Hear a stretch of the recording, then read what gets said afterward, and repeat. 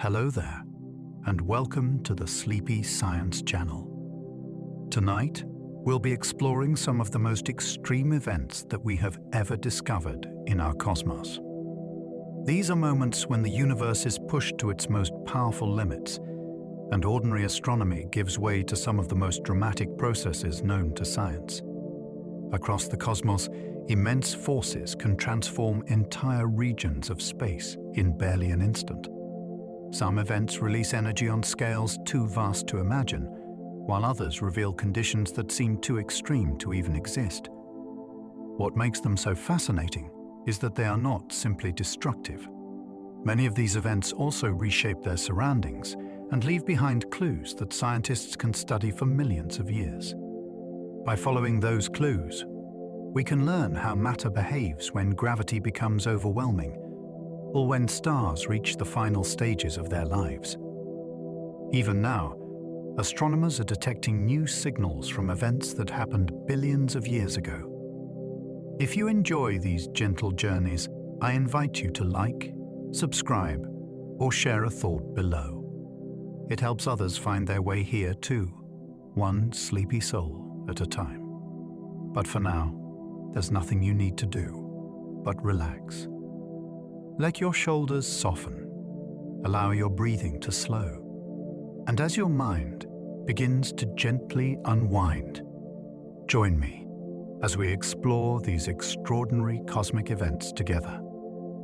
Let's begin. A supernova can briefly outshine every star in its entire galaxy. For a short time, one dying star can become the brightest object across a system containing billions of suns. The explosion happens when a star reaches a point where its structure can no longer remain stable. In certain supernovae, the core collapses under gravity, and the outer layers are blasted outward at tremendous speed. The sudden release of energy can make the star shine billions of times more brightly than it did before. From another galaxy, that single point of light may become visible beside the combined glow of the entire stellar population around it. The brilliance does not last. It rises rapidly, then fades over weeks or months as the expanding debris cools. Yet during that brief interval, astronomers can detect the explosion across enormous cosmic distances. Supernovae have appeared unexpectedly in galaxies that seemed completely ordinary only days earlier. A star that may have gone unnoticed for millions of years can suddenly dominate its galaxy, then disappear forever as a recognizable star. Colliding neutron stars can forge gold heavier than several planet Earths. Gold can be made in an event so violent that two dead stars have to crash together. Neutron stars are the compressed remains of massive stars. When two of them orbit one another, they gradually lose energy until their separation becomes smaller and smaller. Eventually, they collide. The impact throws intensely neutron-rich material into space, where atomic nuclei can capture neutrons at extraordinary rates. This process can build some of the heaviest naturally occurring elements in the periodic table. In a single merger, the total quantity of freshly produced heavy elements can be astonishing. Models of observed collisions suggest that the amount of gold alone may reach several times the mass of Earth, although the exact yield varies from event to event. That material does not remain gathered in one place. It expands into space and eventually mixes with gas that may later form new stars and planets. The golden jewelry on Earth therefore carries a remarkable possibility. Some of its atoms may have been created during a collision between two ancient stellar remnants. Black holes can tear whole stars apart before swallowing their remains. A star does not need to cross a black hole's boundary to be destroyed. If it passes close enough, the difference in gravity between the star's near side and far side can become overwhelming. Those tidal forces stretch the star until its own gravity can no longer hold it together. The result is a tidal disruption event. Instead of falling inward as a complete object, the star is pulled into streams of extremely hot gas. Some of that material escapes on long trajectories. The rest swings back toward the black hole and begins forming a rapidly moving disk. As the gas collides and heats, it can release an enormous burst of radiation that makes a previously inactive galactic center suddenly flare. Astronomers have discovered these events by watching galaxies brighten where no ordinary star could explain the change. The black hole itself remains dark. What becomes visible is the destruction happening around it. By studying the flare, researchers can investigate black holes that might otherwise reveal almost nothing about their presence. Some gamma-ray bursts release more energy than the sun ever will. The most powerful flashes of gamma radiation can release an extraordinary amount of energy within seconds. The sun will shine for roughly 10 billion years during its main lifetime, steadily converting hydrogen into helium and radiating energy into space. A gamma-ray burst can rival or exceed that lifetime output in an astonishingly short interval, especially when astronomers calculate the apparent energy along the narrow direction of its beam. These bursts are not ordinary stellar explosions viewed from farther away. They are highly concentrated events associated with collapsing massive stars or merging compact objects. Much of their radiation can emerge through tightly focused jets, moving at speeds extremely close to that of light. If one of those jets points toward Earth, the event appears spectacularly bright even from billions of light years away. The burst may be over before a telescope can turn toward it. Automated spacecraft therefore watch the sky continuously and send alerts within moments. What follows can reveal an explosion that briefly became one of the most energetic observable events anywhere in the universe. Neutron stars pack more than a sun inside a city-sized sphere. Take more mass than the sun contains and compress it until the resulting object is only about the size of a large city. That is the scale of a neutron star. These objects form when the core of a massive star collapses after nuclear reactions can no longer support it.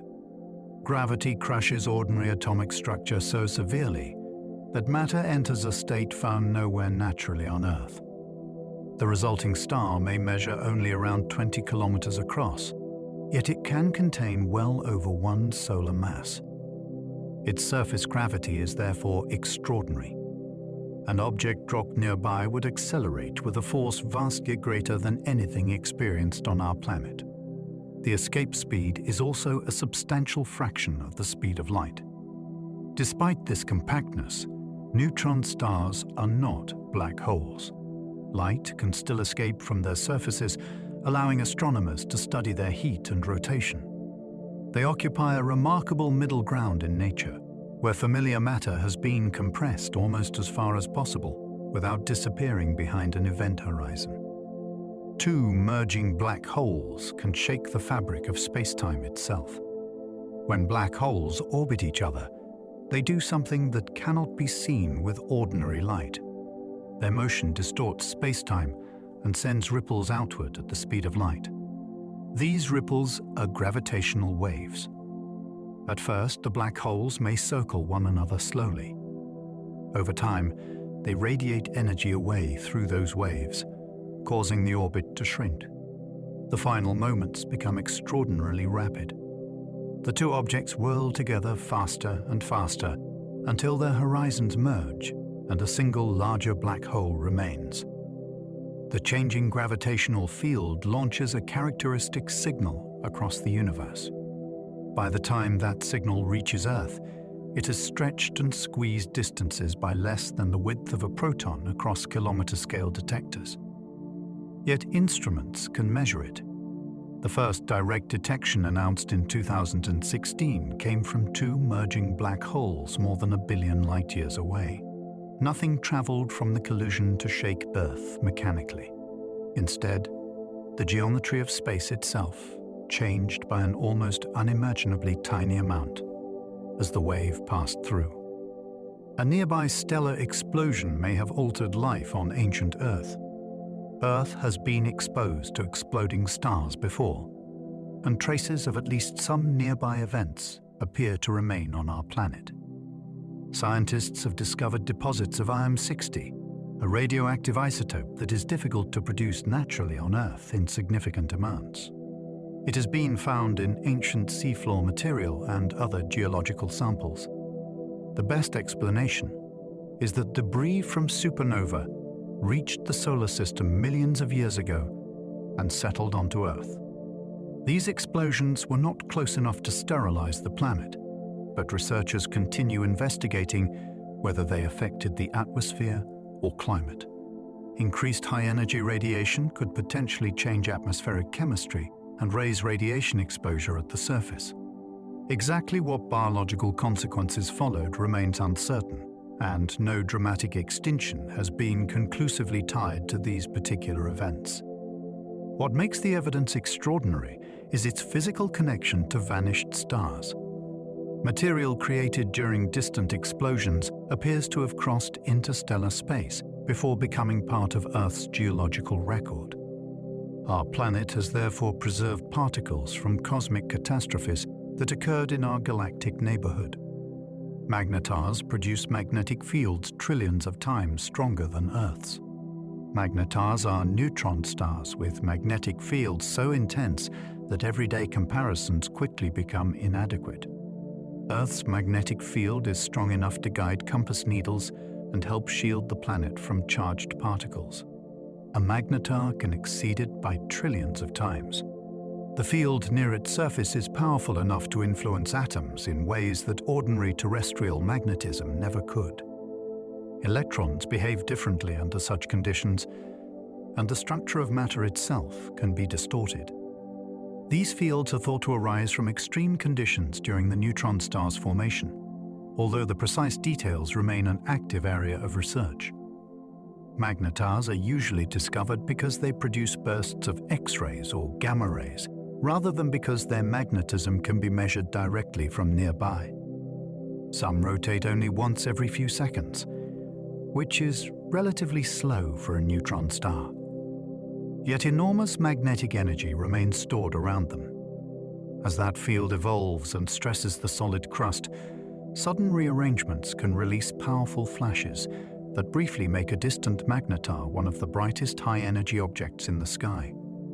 Certain stars explode so completely that no remnant survives afterward.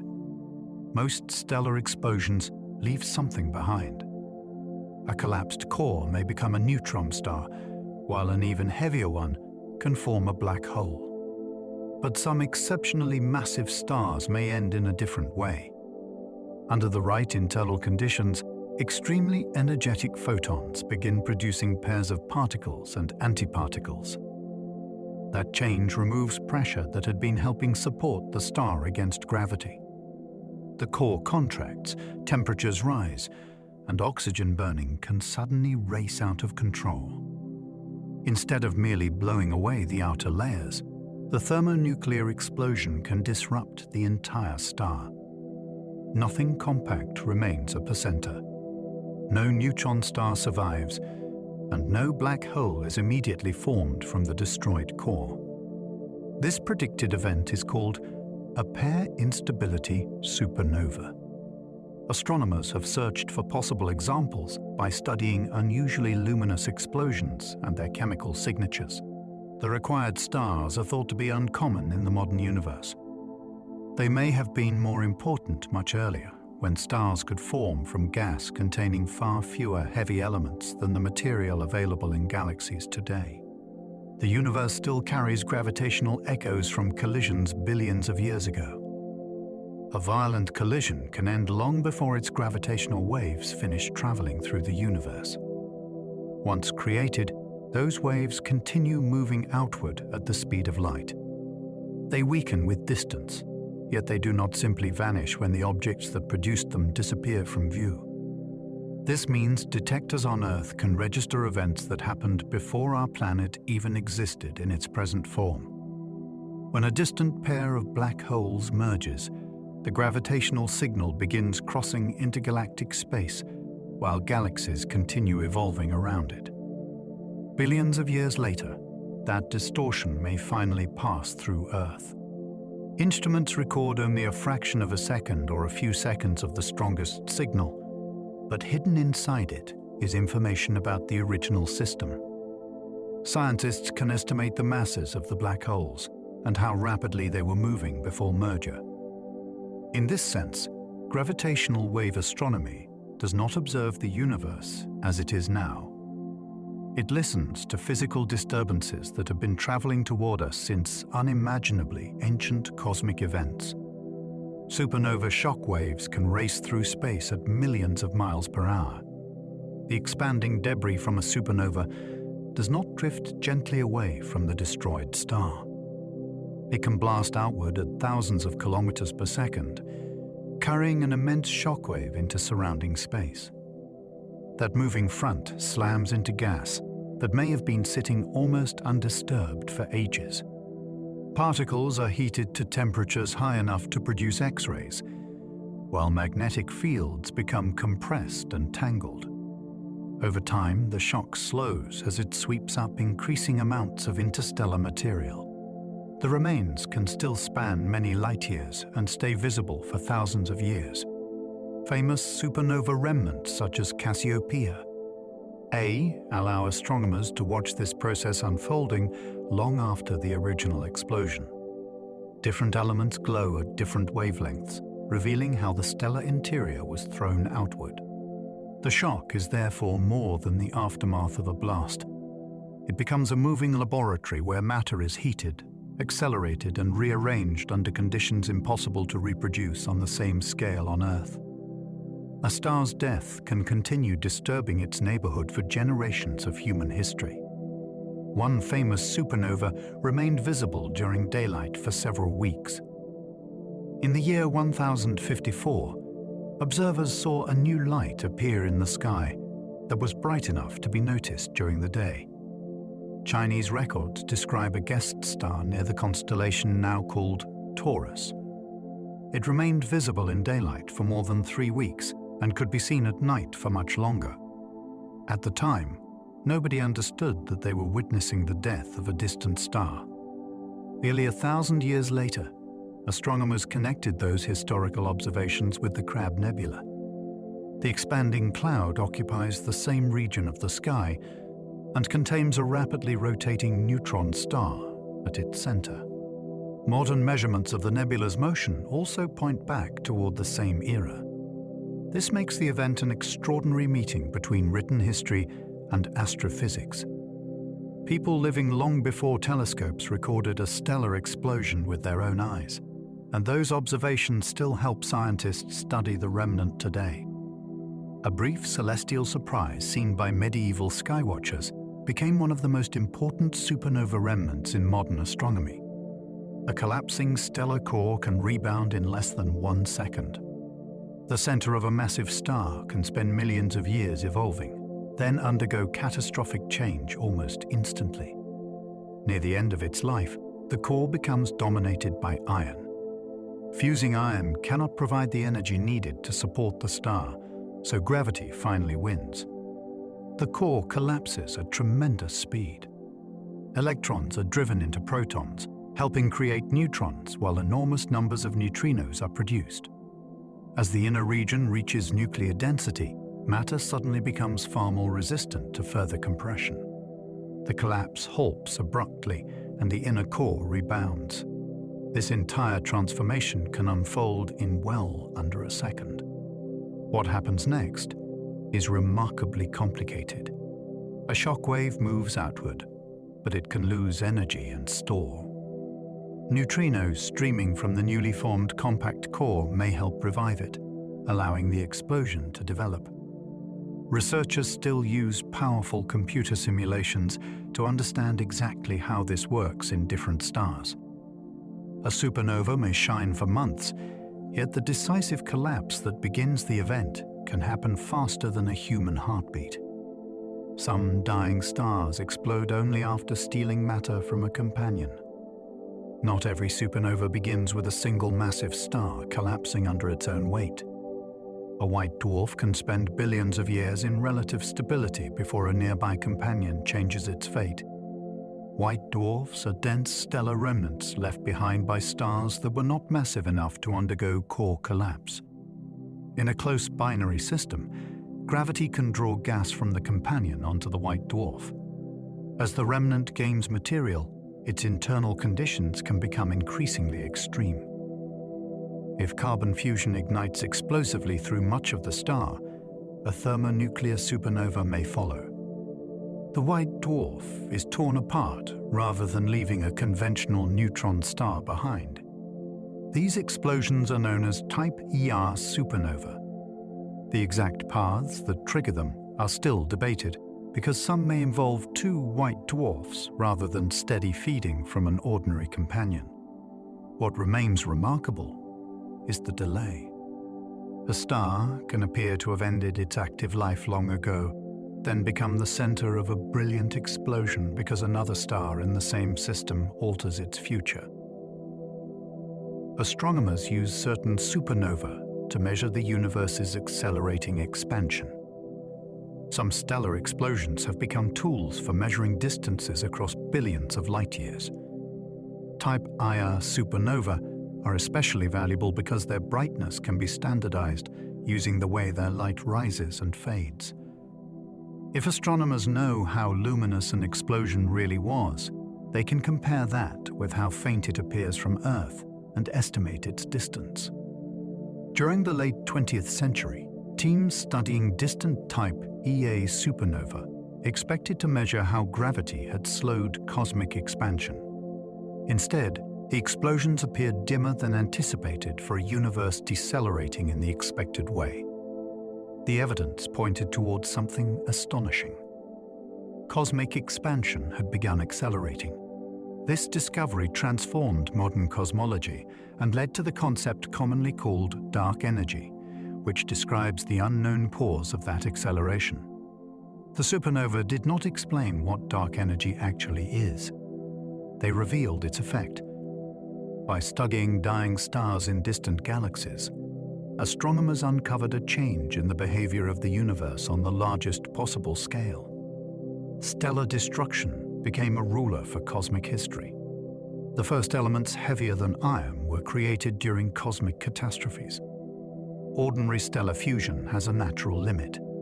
Stars can build increasingly heavy nuclei in their interiors, but producing elements beyond iron through normal fusion no longer releases useful energy. To create many heavier elements, nature needs environments packed with free neutrons and enormous amounts of energy. Some of those conditions occur during explosive stellar events.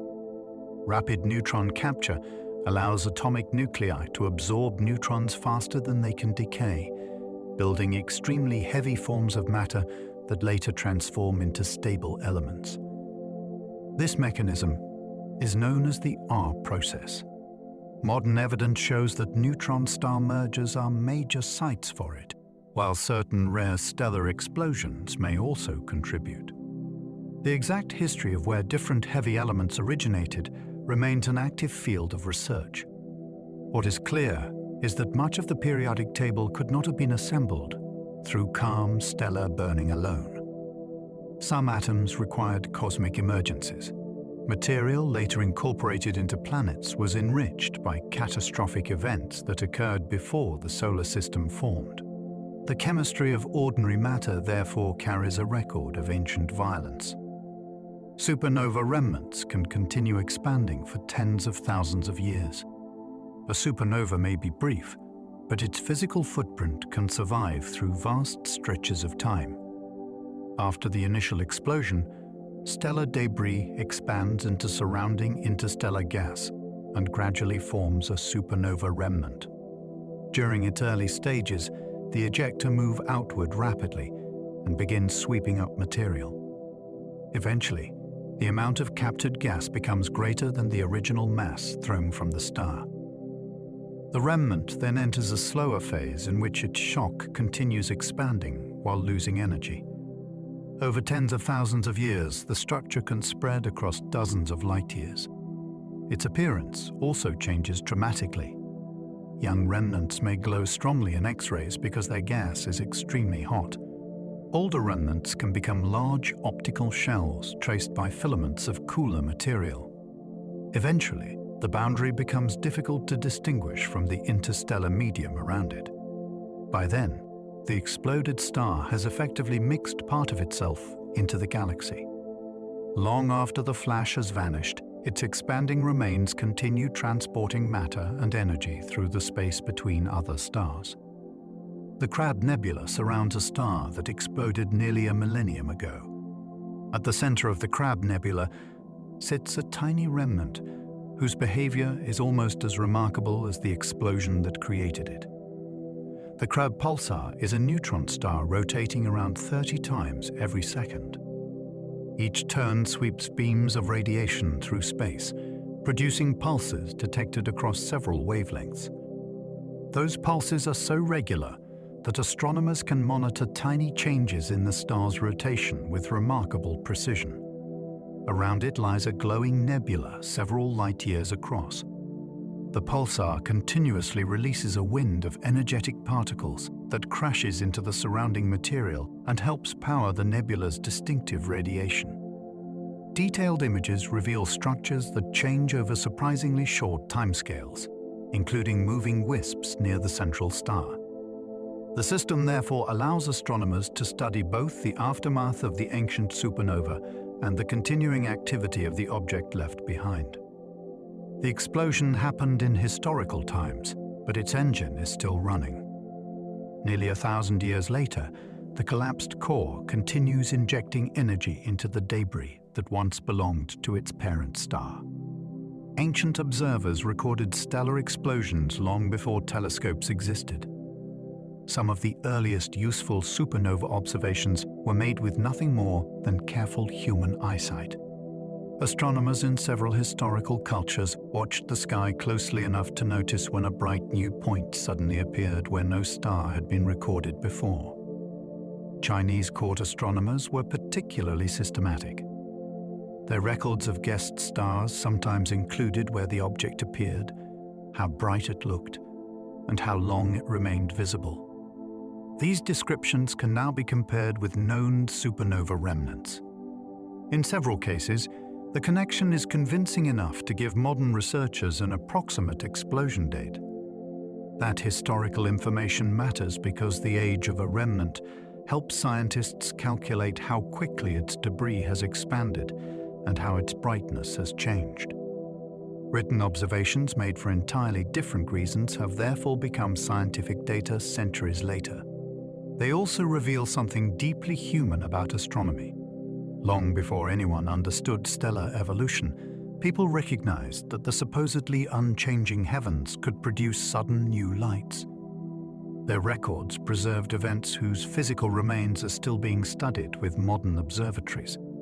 Some supernovae shine unusually brightly because magnetars power them from within. A supernova can receive a second source of energy after the initial explosion has already begun. In some extraordinarily luminous events, astronomers suspect that the newly formed neutron star is a rapidly spinning magnetar. At birth, such an object can rotate far faster than most magnetars observed later in life. It also contains an immense reservoir of rotational energy. As its powerful magnetic field slows the spin, some of that stored energy can be transferred into the expanding supernova debris.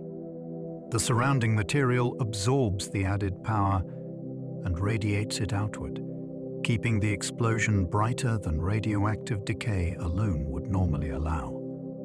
This idea helps explain a class known as superluminous supernova, which can greatly exceed the brightness of more familiar stellar explosions. Scientists test the model by comparing observed light curves with predictions for spinning magnetars. Other mechanisms may contribute in some cases, so the picture is still developing.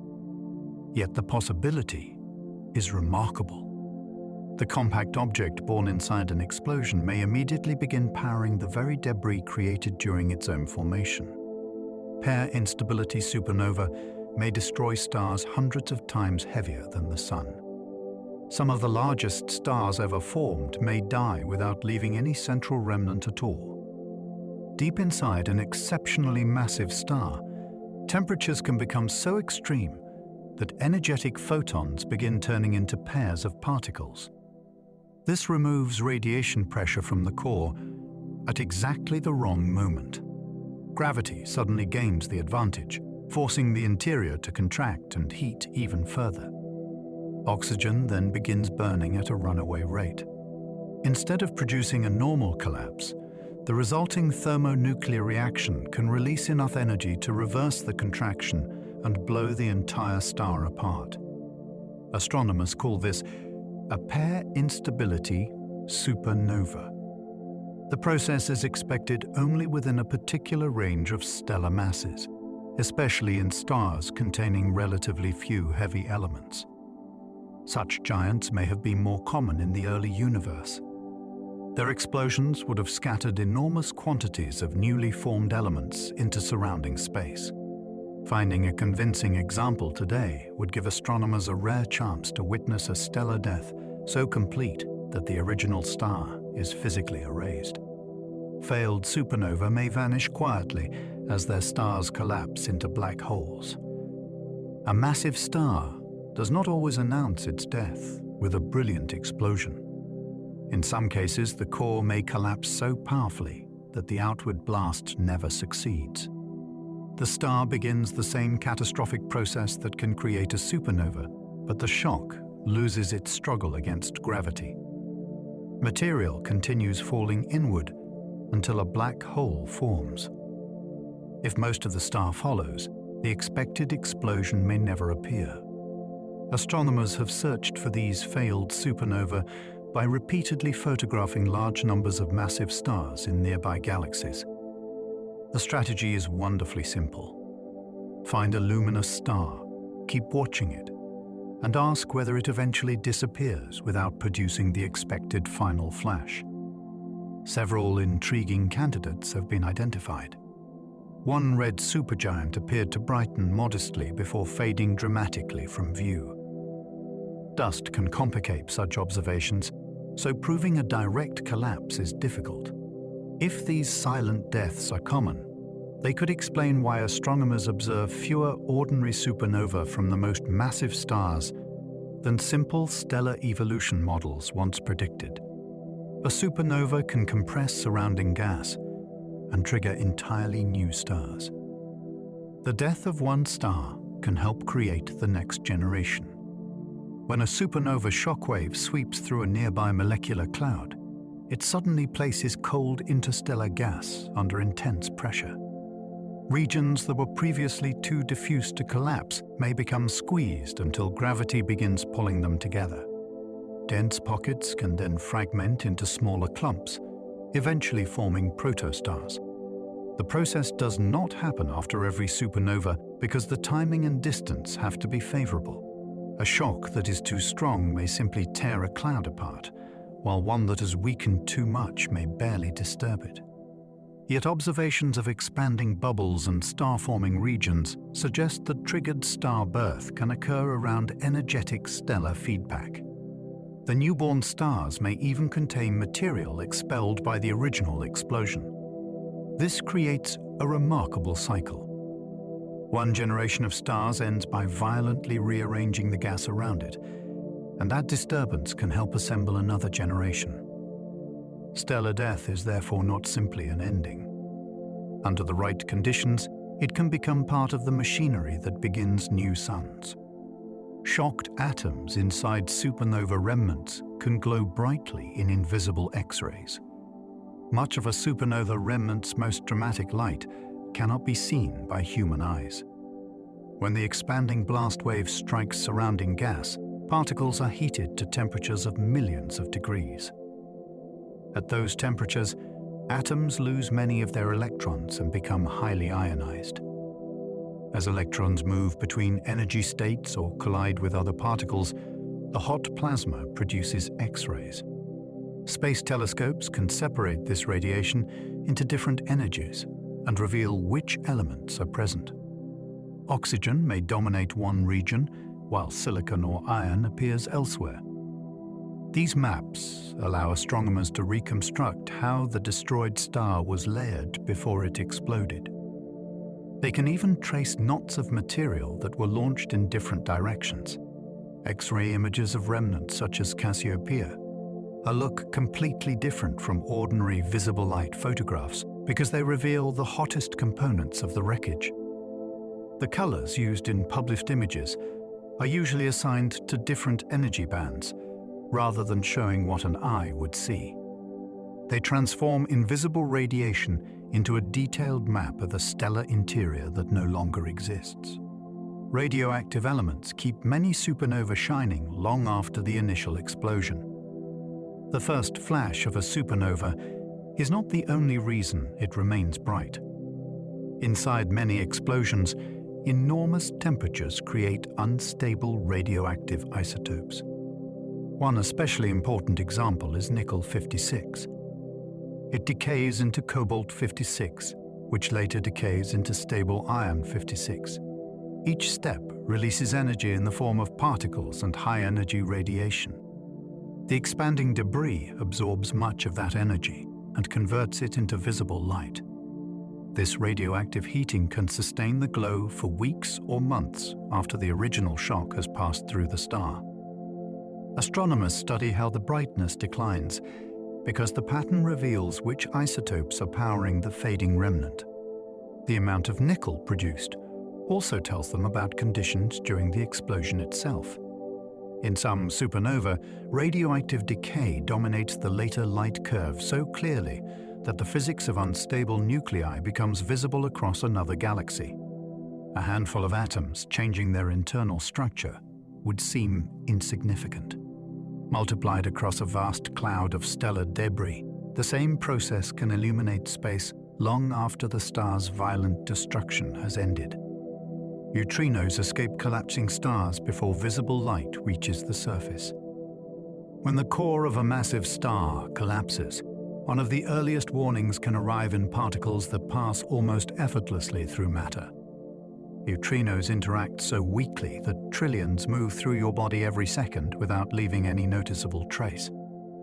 During stellar collapse, however, they are produced in astonishing numbers. The newly forming compact core releases a huge burst of them as matter is compressed and nuclear reactions change protons and electrons. Because neutrinos can pass through the overlying star much more readily than photons, they escape before the visible explosion reaches the surface. Light still has to wait for the shock wave to travel outward through the star's layers. For a nearby supernova, neutrino detectors on Earth could therefore register the event before telescopes see the star brighten. Automated alert systems already exist to take advantage of this possibility. A sudden burst could give astronomers valuable time to turn instruments toward the correct region of sky. The universe may effectively whisper that a star has collapsed before the heavens visibly announce it. Scientists detected neutrinos from a supernova outside the Milky Way. In February of 1987, detectors deep underground recorded something extraordinary. A small burst of neutrinos arrived from the direction of the Large Magellanic Cloud. Hours later, astronomers were watching a supernova there that became known as supernova 1987A. Only about 24 neutrinos were detected across several experiments, yet those few particles transformed astrophysics. They had traveled roughly 160,000 years through space before reaching Earth. Their arrival confirmed a central prediction about core collapse supernova. Most of the gravitational energy released during the collapse emerges as neutrinos rather than visible light. The observation also allowed researchers to test how these elusive particles behave across an enormous distance. It remains the only supernova from which neutrinos have been directly detected so far. Modern detectors are much larger and more sensitive, so another sufficiently nearby stellar explosion could produce thousands of signals. The next burst would let scientists examine the hidden core of a collapsing star in detail that optical telescopes alone could never provide. Some stellar explosions leave rapidly spinning neutron stars called pulsars. After certain massive stars explode, their crushed cores can become cosmic beacons. A pulsar is a rotating neutron star whose magnetic axis is usually tilted away from its spin axis. Charged particles accelerate around the magnetic poles and produce beams of radiation. As the star turns, those beams sweep through space. If one crosses Earth, telescopes detect a pulse each time the star completes a rotation. The effect resembles a lighthouse, although nothing is literally switching on and off at the source. The beam is simply moving past us. Pulsars were discovered in the late 1960s when radio astronomers noticed signals repeating with astonishing regularity. The first source was so unexpected that researchers briefly considered whether an artificial transmission might be responsible. Nature soon provided the answer when more examples appeared. Today, thousands are known. Their timing is so precise that astronomers can use them to investigate gravity, map interstellar plasma, and study unseen companions. A star can therefore die explosively and leave behind something that behaves like one of the universe's most accurate natural clocks. Pulsars can sweep radio beams across Earth with clock-like precision. Some pulsars are so regular that the arrival times of their signals can be predicted with remarkable accuracy. Each radio pulse may look simple, but it comes from an object rotating in a stable rhythm across enormous spans of time. Astronomers measure when individual pulses reach Earth and compare them with a mathematical timing model. Tiny departures can reveal extraordinary things. A pulsar may be orbiting another star, moving through curved space-time, or experiencing subtle changes in its own rotation. Even planets have been discovered around pulsars because their gravity shifts the neutron star back and forth enough to alter the timing. The first confirmed planets outside our solar system were found this way. Interstellar gas also affects the pulses because different radio frequencies travel through ionized material at slightly different speeds. Correcting for that delay gives information about matter between the stars. A seemingly repetitive signal therefore becomes a precision experiment stretching across light years. Every pulse carries not only the rhythm of the neutron star, but also evidence about whatever has influenced its journey toward Earth. The fastest known pulsars complete hundreds of rotations every second. A neutron star can spin so quickly that its surface travels through space at a significant fraction of light speed. The fastest confirmed pulsars rotate more than 700 times each second. These objects are called millisecond pulsars because a complete turn takes only a few thousandths of a second. They were not necessarily born spinning this rapidly. Many appear to have been accelerated later by stealing gas from a companion star. As matter spirals inward, it transfers angular momentum to the neutron star and gradually spins it up. This recycling process can transform an older pulsar into an exceptionally stable rapid rotator. There is a physical limit to how fast such a star can turn. If rotation became extreme enough, material at the equator would no longer remain gravitationally bound. Measuring the fastest pulsars therefore helps scientists investigate the strength and internal structure of neutron stars.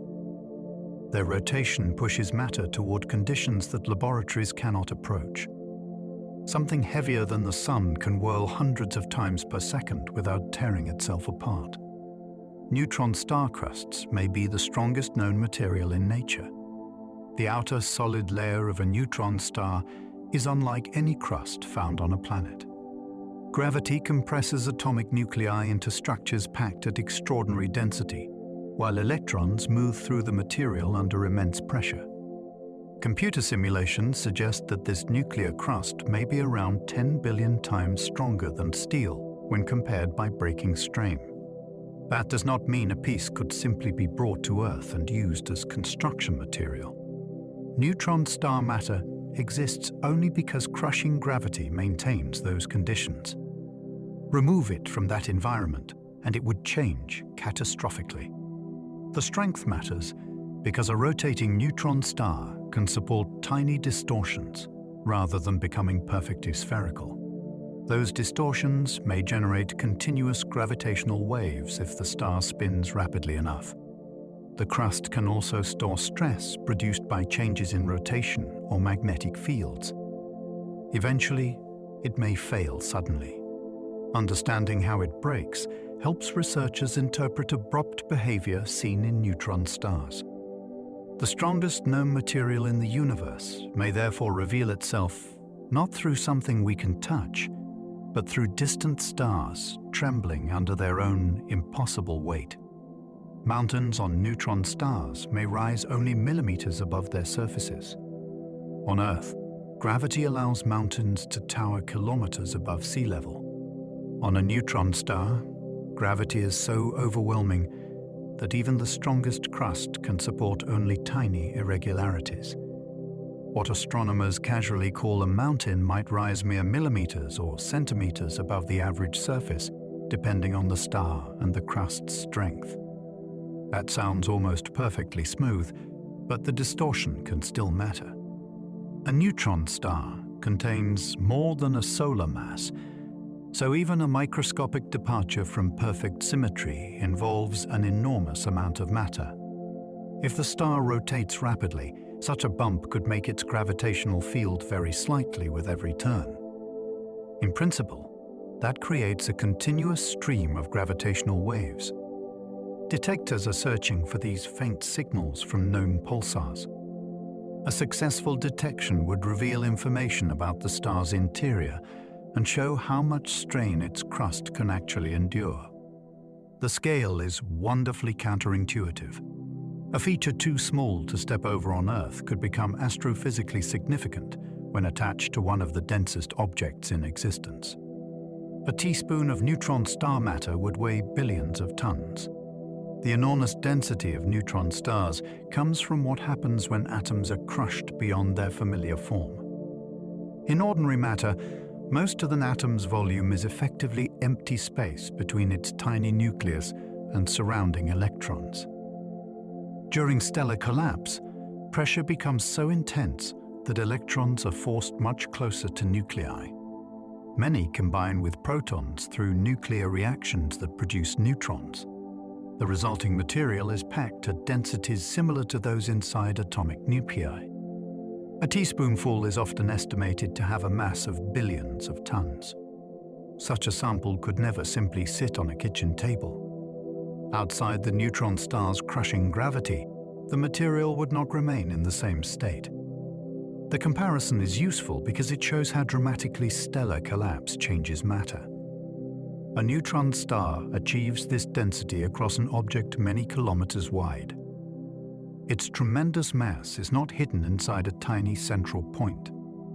The entire interior is compressed into exotic phases that physicists are still trying to understand. Familiar atoms have effectively been pushed to the limit of what ordinary matter can endure.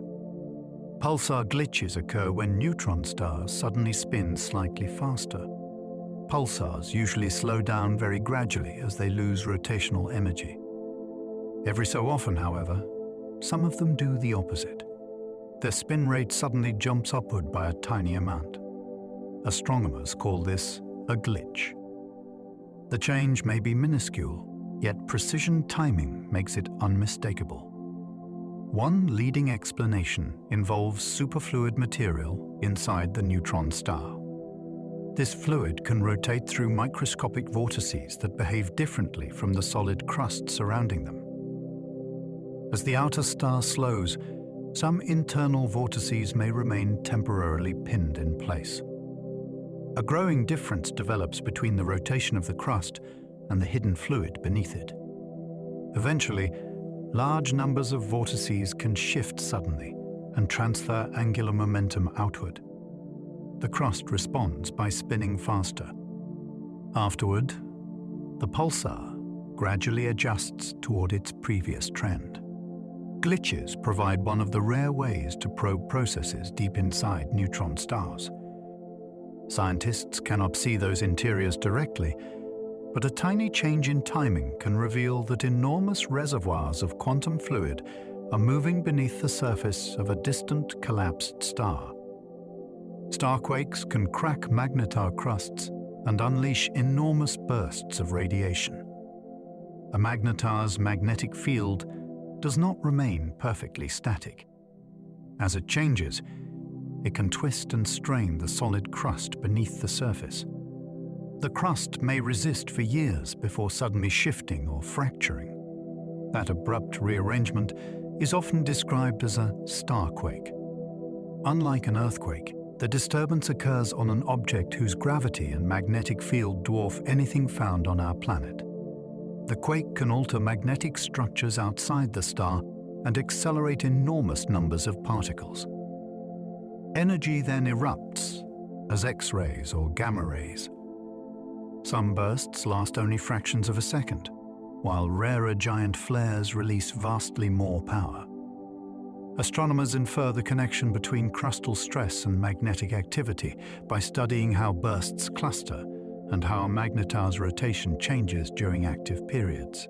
The details remain complex because events inside the star and changes in its external magnetic field can influence each other. What begins as stress in a rigid crust only kilometers across can become a flash visible from across the galaxy.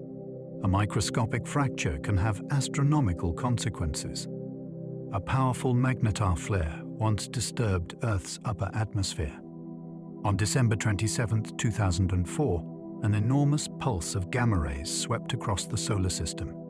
It came from a magnetar known as SGR 1806-20, located tens of thousands of light-years away. The first fraction of a second was so intense that several spacecraft detectors were overwhelmed. Even at that extraordinary distance, the radiation reached Earth strongly enough to affect the ionosphere. This upper region of the atmosphere contains charged particles and normally responds most noticeably to solar activity. For a distant neutron star to alter it demonstrates the astonishing power of the flare. The event was followed by a fading signal whose changing brightness reflected the rotation of the magnetar.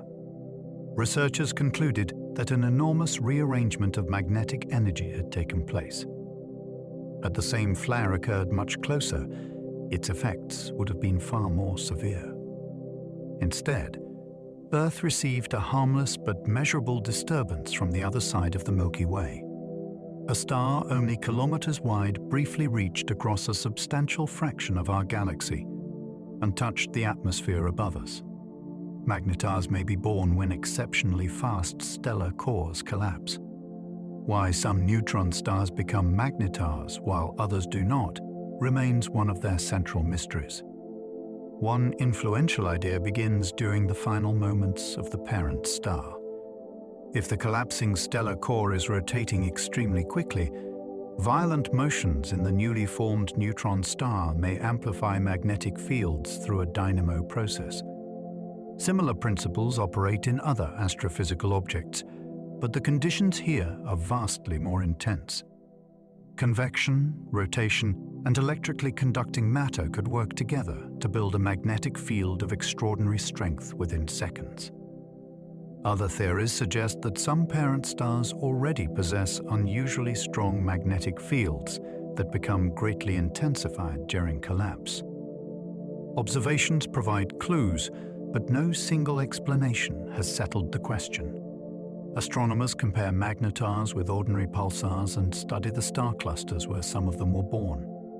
They also examined supernova remnants for evidence about the original explosion. The answer matters because magnetars represent a rare path through stellar evolution. Two massive stars may begin with broadly similar ingredients, yet one leaves an ordinary neutron star, while another creates the most magnetic object known. Neutron stars can cool from billions of degrees surprisingly quickly. A newborn neutron star begins life unimaginably hot. Immediately after collapse, its interior can reach temperatures of tens or hundreds of billions of degrees. Yet it sheds heat far more efficiently than an ordinary glowing object. During the earliest stages, much of the cooling occurs through neutrinos produced deep inside the star. These particles escape with energy that would otherwise remain trapped as heat. Over thousands of years, the surface temperature falls dramatically, although the star can still remain hot enough to shine strongly in X-rays. The exact cooling rate depends on what matter exists in the interior. Certain nuclear reactions may produce neutrinos very efficiently, while superfluid phases can change how heat moves and how particles interact. Astronomers therefore compare the measured temperatures of neutron stars with estimates of their ages. A star cooling faster or slower than expected can reveal hidden physics occurring kilometers beneath an inaccessible surface. Temperature becomes a diagnostic tool. Watching a dead star lose its heat can tell researchers what forms of matter may exist at densities no experiment on Earth can reproduce. Superfluid matter may flow without friction inside neutron star interiors. Deep inside a neutron star, matter can enter a quantum state with no everyday equivalent at human scale. Under enormous pressure and at sufficiently low temperatures, neutrons are expected to pair up and form a superfluid. A superfluid can move without the ordinary viscosity that slows normal liquids. Similar behavior has been created in laboratory systems at extremely low temperatures, but neutron stars provide a natural version involving nuclear matter under crushing density. The superfluid does not simply swirl like water inside a container. Its rotation is organized into quantized vortices. Each vortex carries a fixed amount of circulation, and vast numbers of them thread through the interior of a spinning star. Their interactions with the crust and other components may influence sudden changes in pulsar rotation. Superfluidity also affects heat capacity and neutrino emission, so it can change how neutron stars cool. Astronomers have even interpreted temperature changes in some young neutron stars as possible evidence that superfluid transitions are occurring. Quantum mechanics may therefore control the behavior of matter across an entire stellar remnant. Nuclear pasta may form bizarre structures beneath neutron star crusts. Just before the solid crust gives way to the deeper interior of a neutron star, matter may organize itself into shapes that physicists jokingly named after food. At these densities, two powerful influences compete. Nuclear forces try to bind protons and neutrons together, while electrical repulsion pushes positively charged regions apart. The compromise may produce sheets, rods, and tangled structures rather than neat spherical nuclei. Researchers use names such as lasagna and spaghetti because the simulated shapes resemble familiar pasta. The humor hides serious physics. Nuclear pasta could be among the strongest material configurations in the universe. It may influence how heat travels through the crust and how the star's magnetic field evolves. Its structure could also affect neutrino interactions and the behavior of matter during neutron-star mergers. No scientist can collect a sample, so the evidence comes from theoretical calculations and sophisticated simulations. A region only a short distance beneath a neutron star's surface may contain matter arranged into forms that do not naturally exist anywhere on Earth. Some neutron stars hide beneath thick atmospheres of carbon or hydrogen. A neutron star may have a solid surface, but that surface is not necessarily exposed directly to space. Gravity can hold a remarkably thin yet optically important atmosphere above it. Because heavier elements tend to sink rapidly, the uppermost layer can become dominated by the lightest material available. Hydrogen and helium are common possibilities, while some young neutron stars appear consistent with carbon atmospheres. The choice matters enormously when astronomers interpret the light. Different atmospheric elements shape the outgoing spectrum in different ways, changing estimates of the star's temperature and apparent size. A black body model can therefore give misleading results if the atmosphere is ignored. Researchers compare X-ray observations with detailed models of how radiation passes through intensely magnetized plasma. In some cases, identifying the atmospheric composition helps constrain the radius of the neutron star itself. That radius is one of the keys to understanding ultradense matter. Something as seemingly delicate as a layer of gas above a collapsed star can therefore influence our best attempts to determine what lies deep inside it. Binary pulsars provided early indirect evidence that gravitational waves exist. Long before instruments directly measured gravitational waves, astronomers found compelling evidence through a pair of orbiting neutron stars. In the 1970s, Russell Hulse and Joseph Taylor discovered a pulsar locked in a tight binary system. Because the pulsar emitted precisely timed radio signals, researchers could track its orbit with exceptional accuracy. General relativity predicted that such a system should lose energy by radiating gravitational waves. If that happened, the two stars would slowly spiral closer together and complete each orbit slightly faster. Years of observations showed exactly that behavior. The orbital period decreased at the rate predicted by Einstein's theory with remarkable precision. No gravitational wave detector had yet felt the waves themselves, but the stars were clearly losing the correct amount of energy. The discovery earned Hulse and Taylor the Nobel Prize in Physics. It was a beautiful example of astronomy testing fundamental physics through natural objects. Two collapsed stars became a cosmic laboratory, revealing an invisible form of radiation decades before humanity developed technology sensitive enough to detect it directly. Merging neutron stars can produce brief bursts of gamma-ray light.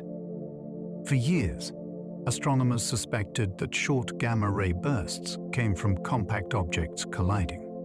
The idea became dramatically stronger when gravitational waves from a neutron star merger were detected in 2017.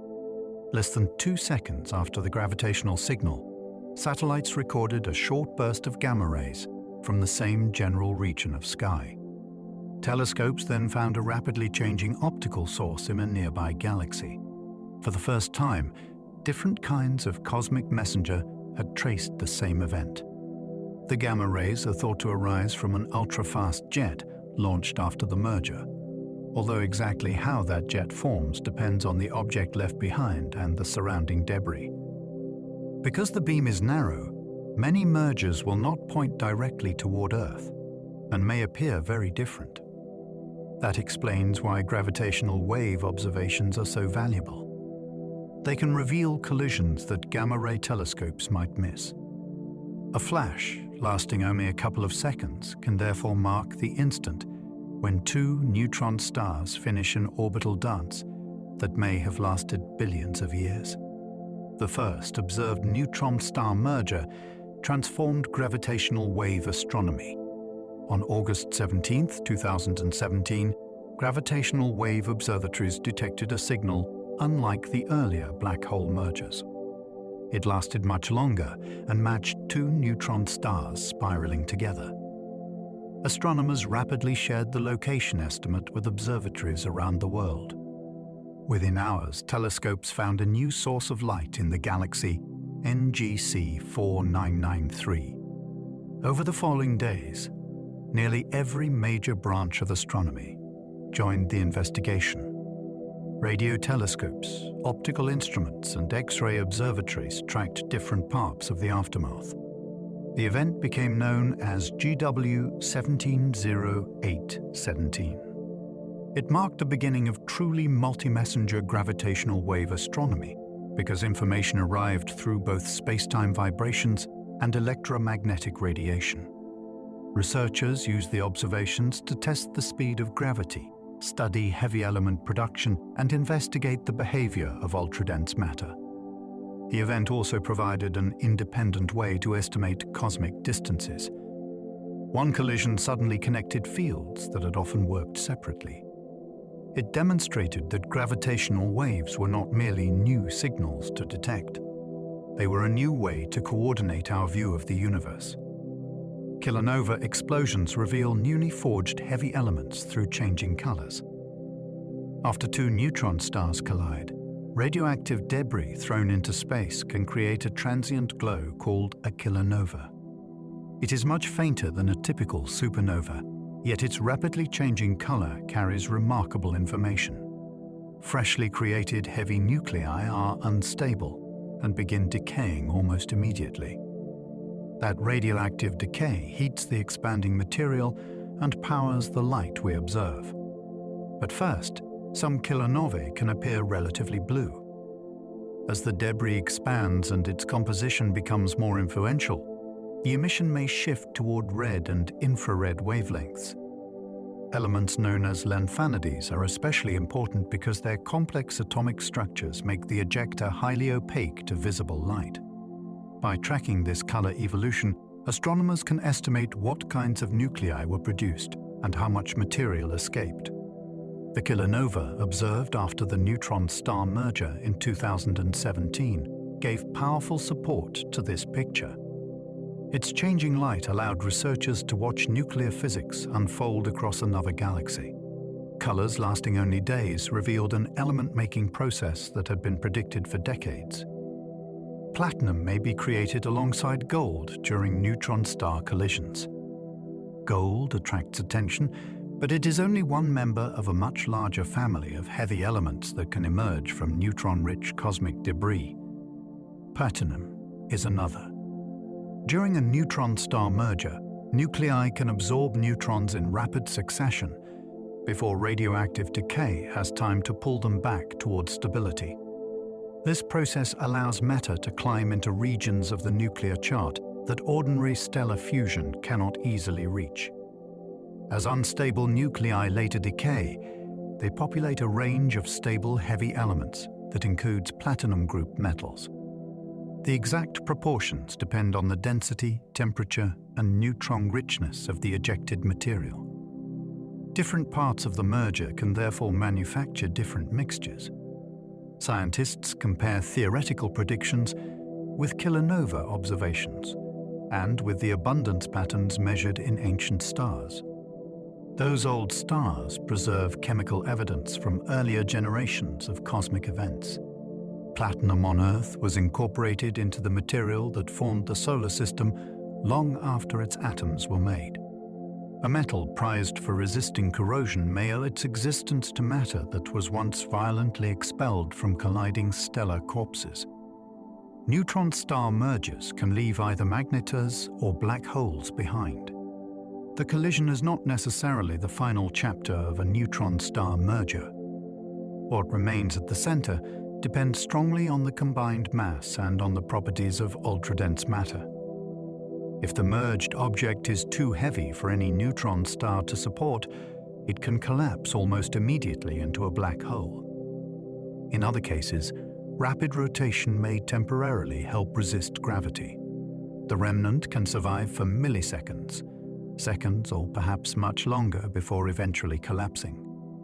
If its mass remains below the relevant stability limit, it could persist as an extremely massive neutron star with an intense magnetic field. Such an object may behave like a newborn magnetar. These different outcomes matter because they change the surrounding explosion. A long-lived central remnant can inject additional energy into the expanding debris, while rapid black hole formation may produce a different pattern of radiation. Astronomers try to infer the outcome from gravitational waves, gamma rays, and later emission. Each merger, therefore, becomes a test of the maximum mass that neutron star matter can withstand before gravity wins completely. Dense stellar collisions can launch jets moving almost as fast as light. Some of the most spectacular structures created by compact object mergers are narrow jets of matter moving at relativistic speeds. To launch one, material falling toward the central remnant forms a hot, rotating disk. Powerful magnetic fields can thread that disk and the object at its center. Under favorable conditions, energy is channeled along the rotation axis and drives a tightly focused outflow. The particles in the jet can move so close to light speed that relativistic effects dominate what observers see. Radiation becomes strongly concentrated in the forward direction, and time intervals measured by distant telescopes can appear compressed. The jet must also force its way through debris expelled during the collision. If it succeeds, it can produce high-energy emission and later create a widening afterglow as it slams into surrounding gas. The structure is not always a simple, uniform beam. Observations suggest some jets possess energetic cores surrounded by slower material. By watching the afterglow brighten and fade, astronomers can reconstruct the geometry of an explosion that occurred far beyond direct resolution. Relativistic jets appear brighter when they point almost directly toward Earth. Orientation can completely change how an extreme cosmic event looks. When material in a jet moves close to light speed, relativity concentrates much of its radiation in the direction of travel. An observer positioned near the jet axis therefore sees a source that appears far brighter than someone viewing the same event from the side. This effect is called relativistic beaming. It helps explain why some active galaxies look extraordinarily luminous and why gamma-ray bursts can be visible from immense distances. The underlying source does not radiate equally in every direction. Geometry determines whether Earth lies inside the narrow cone of enhanced emission. Motion also changes the observed timing. Variations can appear faster because photons emitted later along the approaching jet have less additional distance to travel toward us. The opposite jet may look much fainter because its radiation is beamed away. Astronomers must account for these effects before estimating the true power of the source. Sometimes the difference between an apparently overwhelming cosmic beacon and a modest distant object is simply which direction its jet happens to face.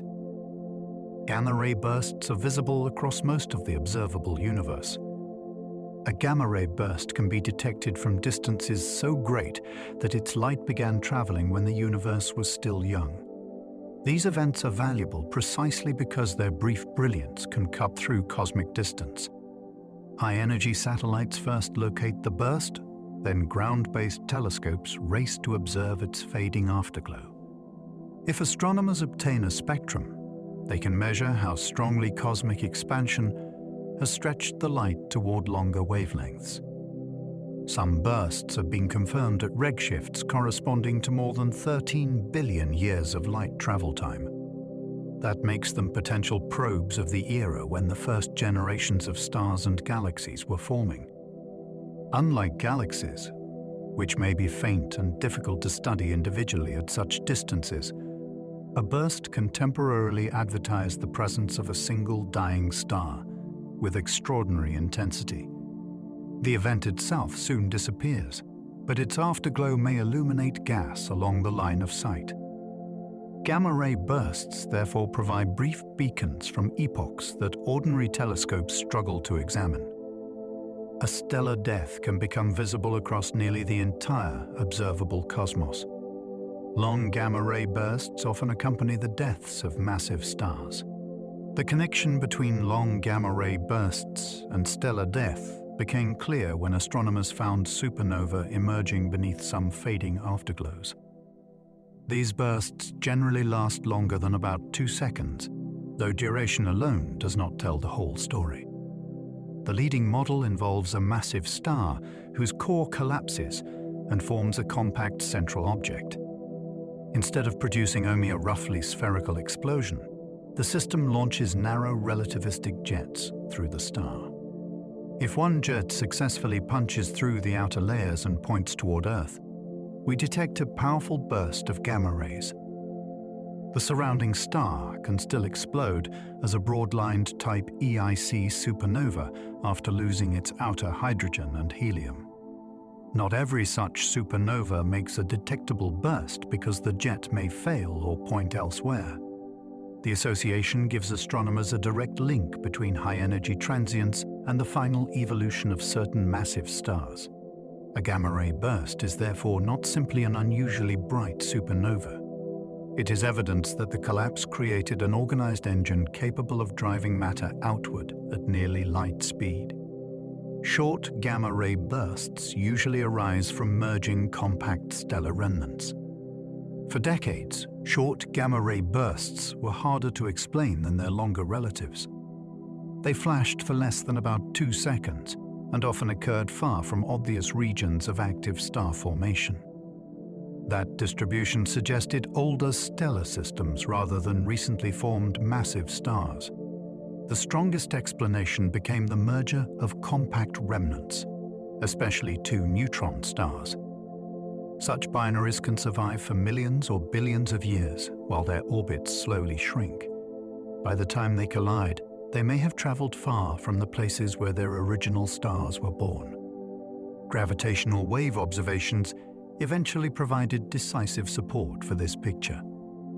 Some short bursts may also arise when a neutron star merges with a black hole. The details of jet formation are still being studied, and not every compact merger will produce a detectable burst. What makes the phenomenon remarkable is the timescale contrast.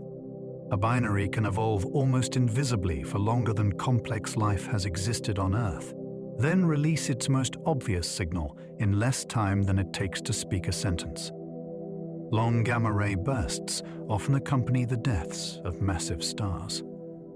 When certain enormous stars reach the end of their lives, their cores collapse while the rest of the star is still falling inward. Under some conditions, that collapse creates a compact central engine capable of launching 2 narrow jets through the surrounding stellar material. The jets move at speeds extremely close to light and can generate an intense burst of gamma radiation once they break free. Astronomers connected these longer bursts with stellar death after detecting supernova emerging beneath several fading afterglows. The parent stars appear to have lost much of their outer hydrogen before exploding, which helps the jets escape. Yet most massive stellar collapses do not create gamma-ray bursts. Something unusually powerful must happen at the center, and the star must possess the right rotation and internal structure. Even then, a burst is detectable only from favorable directions.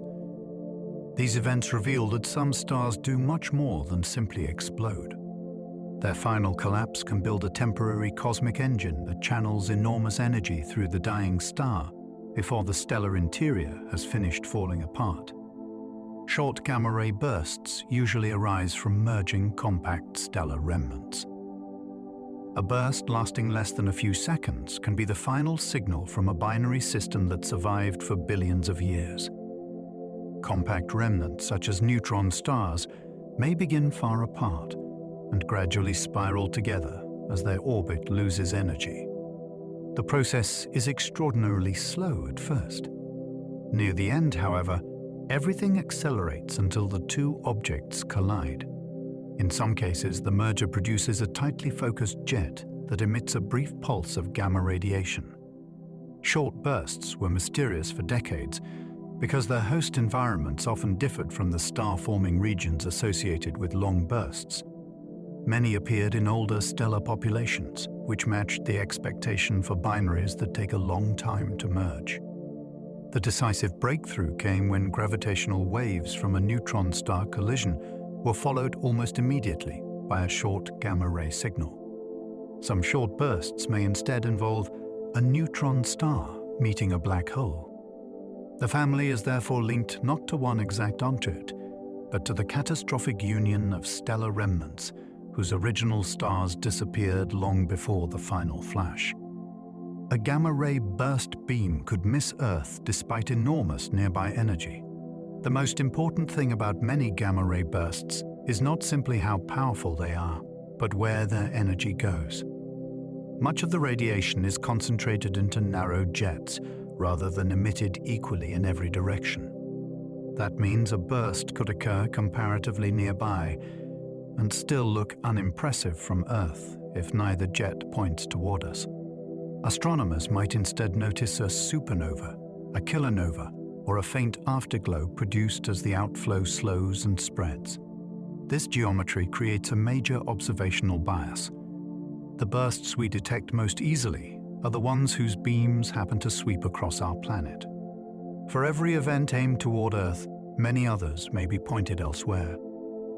Researchers tried to estimate this hidden population by studying jet opening angles and searching for explosions whose later emission becomes visible after the beam widens.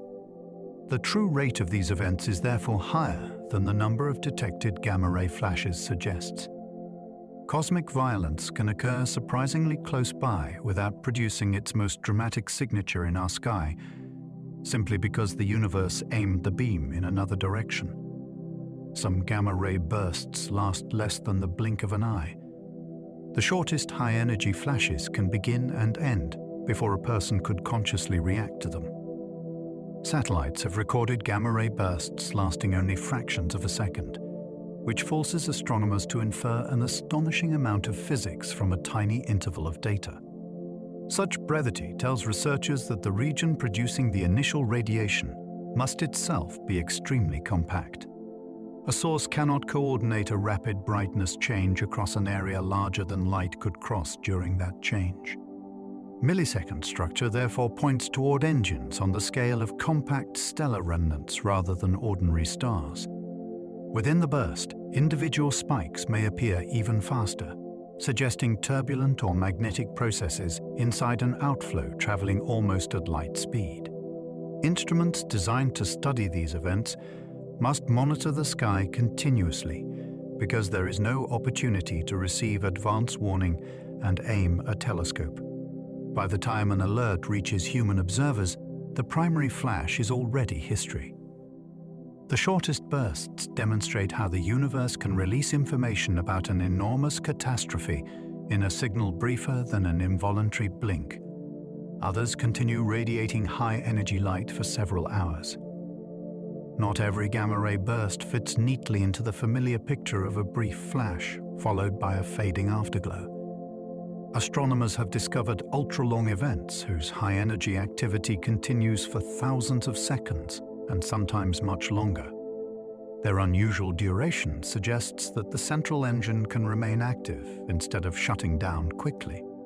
Several explanations have been proposed. One possibility involves the collapse of an especially extended star, where material continues feeding the newly formed compact object for an unusually long period. Another invokes prolonged magnetic activity from a newborn neutron star. Researchers have also considered rare stellar disruptions by black holes for some unusual transients. Distinguishing between these possibilities requires studying the burst spectrum, host galaxy, and later light. The long duration is scientifically valuable because it exposes the behavior of the central engine over a much greater interval than ordinary bursts allow. A phenomenon once defined by its brevity can therefore stretch across a large portion of an observing night. Extreme cosmic events do not always respect the tidy categories scientists create to describe them. Gamma-ray burst afterglows can remain detectable long after the main flash. The gamma-ray signal may disappear within seconds, but the explosion can keep announcing itself at other wavelengths for days, weeks, or even months. A relativistic outflow eventually crashes into gas surrounding the source. That collision drives a shock through the material and accelerates charged particles, which then radiate across the electromagnetic spectrum. X-rays may dominate early, followed by optical and radio emission that fades more gradually. This afterglow gives astronomers far more information than the primary burst alone. Its spectrum can reveal the distance to the event. Its changing brightness can expose the shape of the jet and the density of the surrounding environment. Sudden changes may indicate additional energy being supplied by the central engine. Radio observations can continue after the optical source becomes too faint to see. Because the afterglow evolves, astronomers often coordinate telescopes around the world to capture different stages. A gamma-ray burst is therefore not merely a momentary flash. Its collision with surrounding space creates a lingering record that can be studied long after the initial explosion has vanished. The brightest recorded gamma-ray burst overwhelmed several space-based detectors. On October 9, 2022, satellites detected an event so extraordinary that astronomers quickly gave it a memorable nickname. GRB 2210009A became known as the boat, meaning the brightest of all time. Its gamma radiation was intense enough to saturate instruments designed specifically for powerful cosmic flashes. Even detectors that were not built primarily for gamma-ray astronomy noticed effects from the event. The burst came from billions of light-years away, yet its jet happened to be directed exceptionally close to Earth's line of sight. That favorable alignment dramatically amplified its apparent brightness. Researchers studied the event across the electromagnetic spectrum and found evidence linking it to the collapse of a massive star. The burst also affected Earth's ionosphere, despite the enormous distance separating us from the source. Statistically, an event this bright in our sky may be exceptionally rare on human timescales. Its detection gave astronomers an unprecedented laboratory for studying relativistic jets, while also demonstrating how strongly orientation can transform the appearance of a distant explosion. Extreme cosmic explosions may briefly ionize parts of planetary atmospheres. High-energy radiation does not need to strike a planet physically to alter its atmosphere. X-rays and gamma rays can remove electrons from atoms and molecules when they are absorbed high above the surface. If a sufficiently energetic cosmic explosion occurs nearby, this ionization can temporarily change atmospheric chemistry. On Earth, strong gamma-ray events have measurably disturbed the ionosphere even when their sources were located far beyond the solar system. A much closer explosion could produce larger effects. Researchers model how intense radiation might alter ozone concentrations and allow additional ultraviolet light to reach the ground afterward. The severity would depend heavily on distance, beam direction, atmospheric composition, and the energy spectrum of the event. This does not mean gamma-ray bursts routinely threaten inhabited worlds. The dangerous combination of proximity and alignment should be uncommon. Still, the physics introduces a fascinating connection between stellar catastrophes and planetary environments. A world may never encounter the debris of an explosion, yet radiation alone can reach across space and temporarily change the chemistry of the air surrounding it. Distant gamma-ray bursts illuminate gas from the universe's earliest eras. A gamma-ray burst can act like a temporary searchlight behind material that would otherwise be extremely difficult to examine. When the burst's afterglow passes through gas on its way to Earth, atoms absorb very specific wavelengths.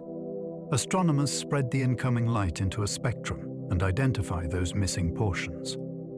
Each absorption feature reveals something about material lying between the explosion and us. For very distant bursts, that material can belong to an era when the first generations of galaxies were transforming the universe. Researchers can investigate chemical abundances and measure how much neutral hydrogen remained in intergalactic space. The technique is especially powerful because a burst can briefly outshine its host galaxy by an enormous factor. Unlike quasars, these sources do not remain active for millions of years, so they probe environments associated with individual massive stars. Catching them requires speed because the useful light fades rapidly. For a short period, however, the death of one remote star can backlight billions of light-years of cosmic history and expose matter that would normally remain almost invisible. Astronomers use fading afterglows to locate otherwise invisible cosmic explosions.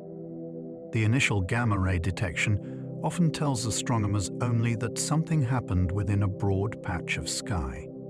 To learn where the event actually occurred, they hunt for its rapidly fading afterglow. X-ray telescopes can narrow the position first. Optical observatories then search for a new point of light that was absent from earlier images. Once the source is identified precisely, astronomers can determine whether a host galaxy lies beneath it. That step can transform an anonymous burst into a physical event with a distance and environment. Sometimes the host is astonishingly faint and becomes visible only after the afterglow has nearly disappeared. In other cases, the explosion occurs well outside the brightest region of its galaxy, offering clues about the object that produced it. Researchers compare images taken at different times to separate the transient from constant background sources. This pursuit has turned fading light into a form of cosmic detective work. The explosion itself may be impossible to resolve directly, but its disappearing afterglow points back toward the exact place where the catastrophe occurred. A tidal disruption event begins when a star approaches too closely. Most stars can orbit a massive black hole safely for immense periods, provided they stay far enough away. Trouble begins when an unlucky orbit carries one inside the black hole's tidal radius. At that distance, the change in gravitational pull across the star becomes stronger than the star's own ability to hold itself together. The critical distance depends on both objects. A larger star can be disrupted farther out, while a denser star may survive a closer approach. The star may have reached this dangerous orbit after gravitational encounters with other stars altered its path over millions of years. Nothing needs to strike the black hole directly. The encounter is purely gravitational. Once disruption begins, the star's previously orderly structure rapidly unravels, and its material follows a range of new trajectories. Astronomers search galactic centers for the resulting flares because many central black holes are normally inactive. A single misplaced star can suddenly reveal an object that had remained almost completely dark despite outweighing millions of suns. Black hole gravity can stretch a doomed star into a long stream. Near a black hole, gravity changes significantly over surprisingly short distances. During a close stellar encounter, the side of the star facing the black hole feels a stronger pull than the side farther away. At the same time, the star is squeezed in directions perpendicular to its orbit. The combined deformation can stretch the star into an extraordinarily elongated stream of gas. This process is sometimes called spaghettification, although the underlying physics is the more precise idea of tidal force. The star's original spherical shape disappears as different regions acquire different orbital energies. Some gas races ahead, while other material trails behind. Computer simulations show streams wrapping around the black hole before colliding with themselves and beginning to circularize. Those collisions convert orbital motion into heat and help build an accretion flow. What began as an intact star can therefore become a structure extending far beyond its original diameter. The destruction is not caused by the black hole touching the star. Gravity alone pulls different parts of the same object onto radically different paths. Only part of a shredded star may fall into the black hole. Being torn apart by a black hole does not necessarily mean every piece of the star is consumed. During disruption, different portions of stellar material receive different amounts of orbital energy. Roughly speaking, some debris becomes more tightly bound to the black hole, while some receives enough energy to escape. The bound material travels away on elongated paths before returning toward the point of closest approach. Its return rate strongly influences how the resulting flare evolves. The unbound fraction heads outward instead and can eventually mix with gas in the galactic nucleus. Exactly how much is captured depends on the geometry of the encounter and the star's internal structure. This division produces one of the strangest outcomes imaginable. A black hole can destroy a star completely without actually eating the whole thing. The event transforms the star into separate populations of debris with entirely different futures.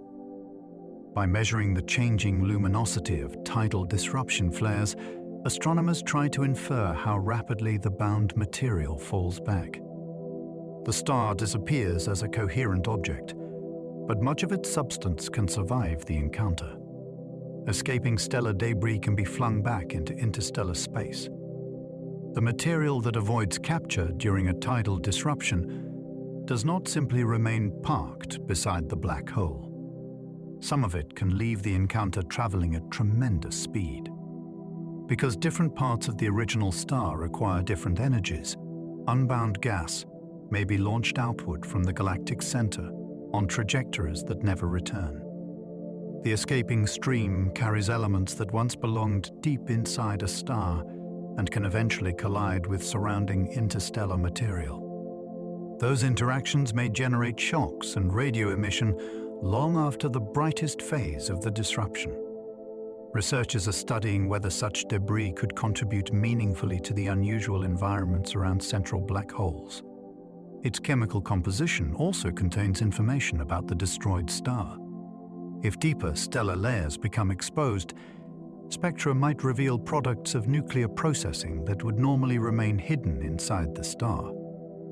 A tidal disruption event, therefore, does more than feed a black hole. It can redistribute stellar material into its host galaxy. One close gravitational encounter separates the star into matter destined for darkness and matter thrown outward into a completely new existence. Tidal disruption flares can reveal black holes inside otherwise quiet galaxies. Many galaxies contain massive central black holes that are remarkably difficult to detect. If little gas is falling inward, the black hole produces almost no radiation of its own. It may sit dormant for centuries or much longer while stars orbit nearby. Then, one star wanders into danger. The resulting disruption supplies a sudden reservoir of material, and the galactic nucleus brightens dramatically. Astronomers can discover these flares through optical surveys, ultraviolet telescopes, or X-ray instruments. The light usually evolves over months rather than remaining constant like a persistently active galactic nucleus. That temporary behavior helps identify the event. Once recognized, the flare can provide information about the mass of the central black hole and the physics of matter falling toward it. This technique is especially useful in galaxies where ordinary observations give little evidence of nuclear activity. A black hole that cannot be seen directly may therefore expose itself through a single unlucky star. For astronomers, the victim becomes a beacon, announcing the presence of an otherwise hidden gravitational giant. Some shredded stars produce powerful jets aimed across intergalactic space.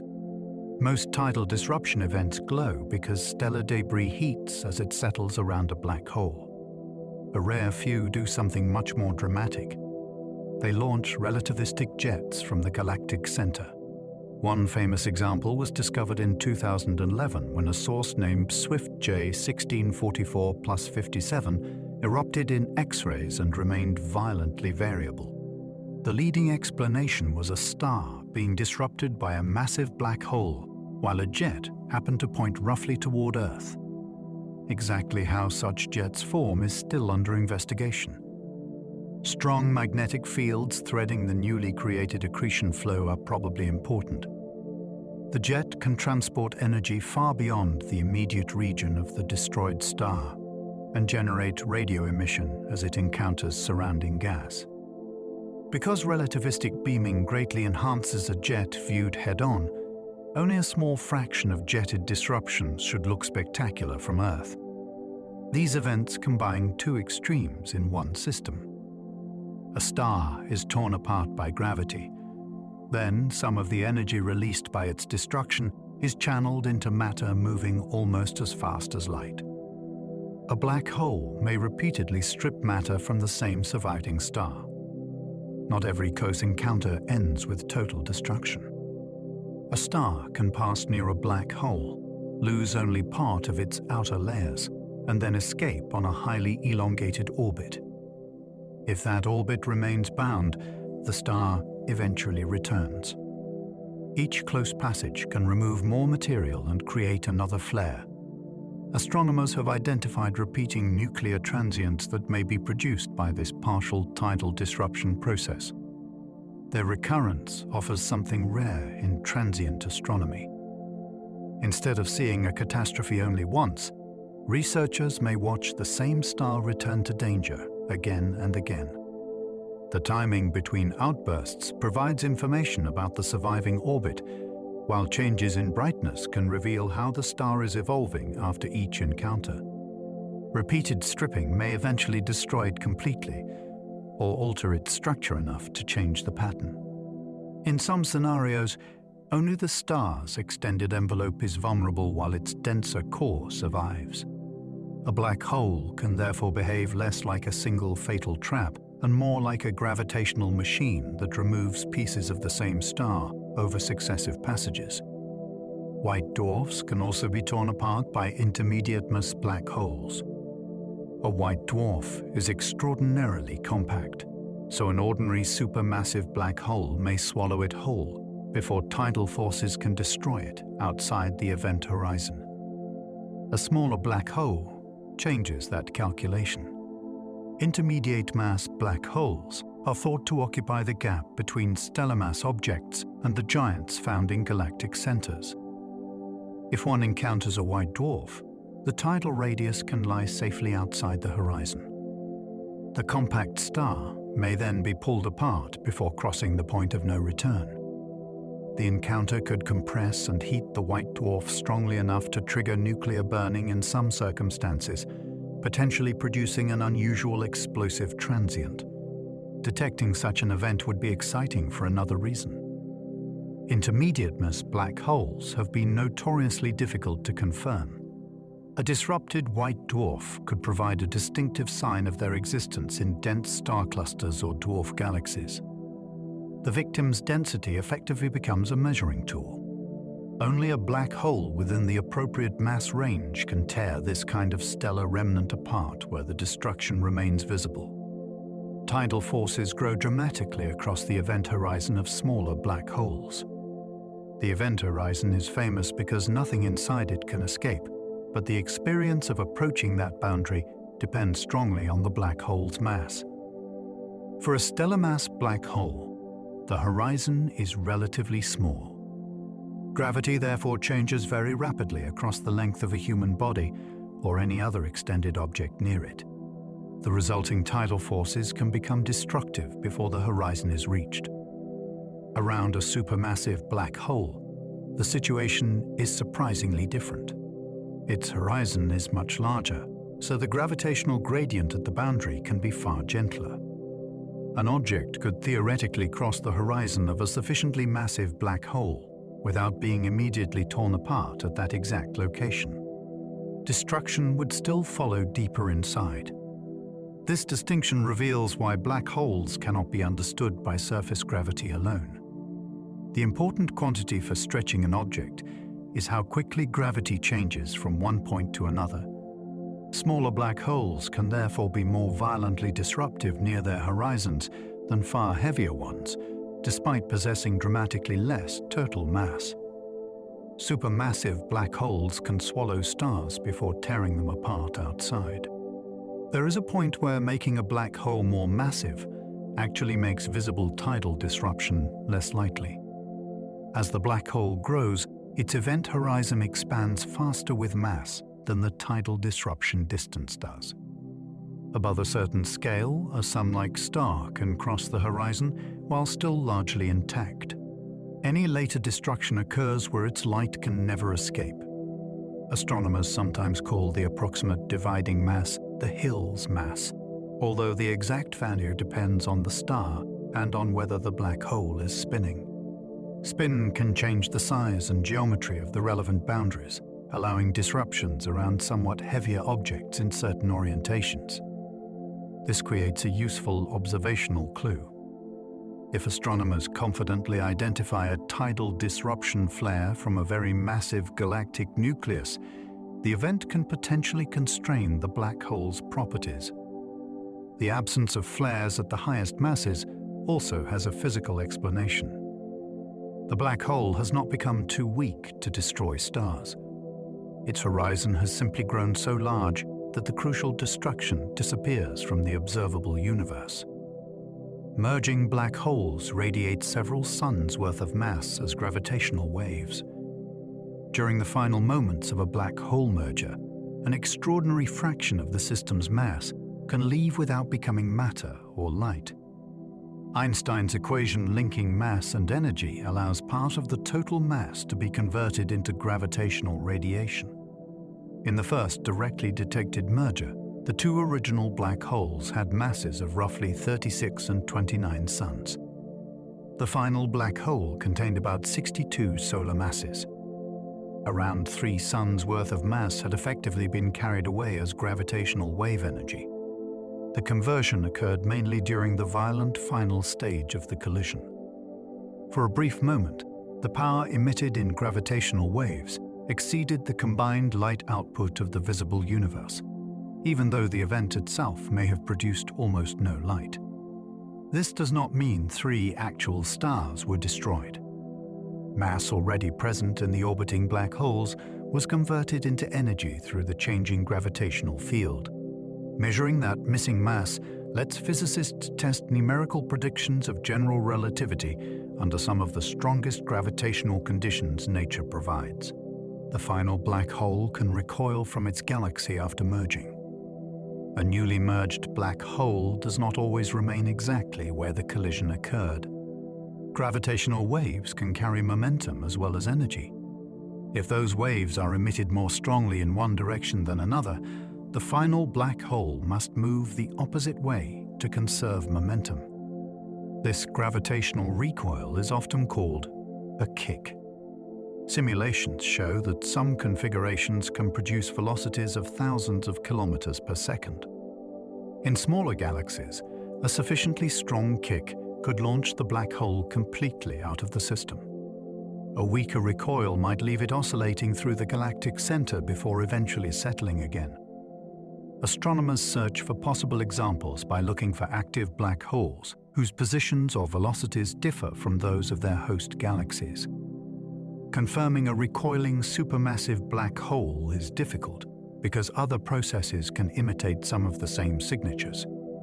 Yet the predicted effect is a remarkable consequence of wave emission. 2 invisible objects can merge, send space-time ripples unevenly across the cosmos, and propel the resulting black hole through space like an enormous gravitational rocket. Unequal mergers produce stronger gravitational kicks than balanced collisions. The strength of a recoil depends on how asymmetrical the merger becomes.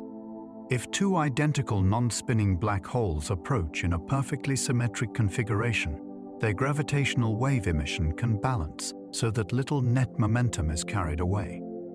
Change the masses, however, and the symmetry breaks.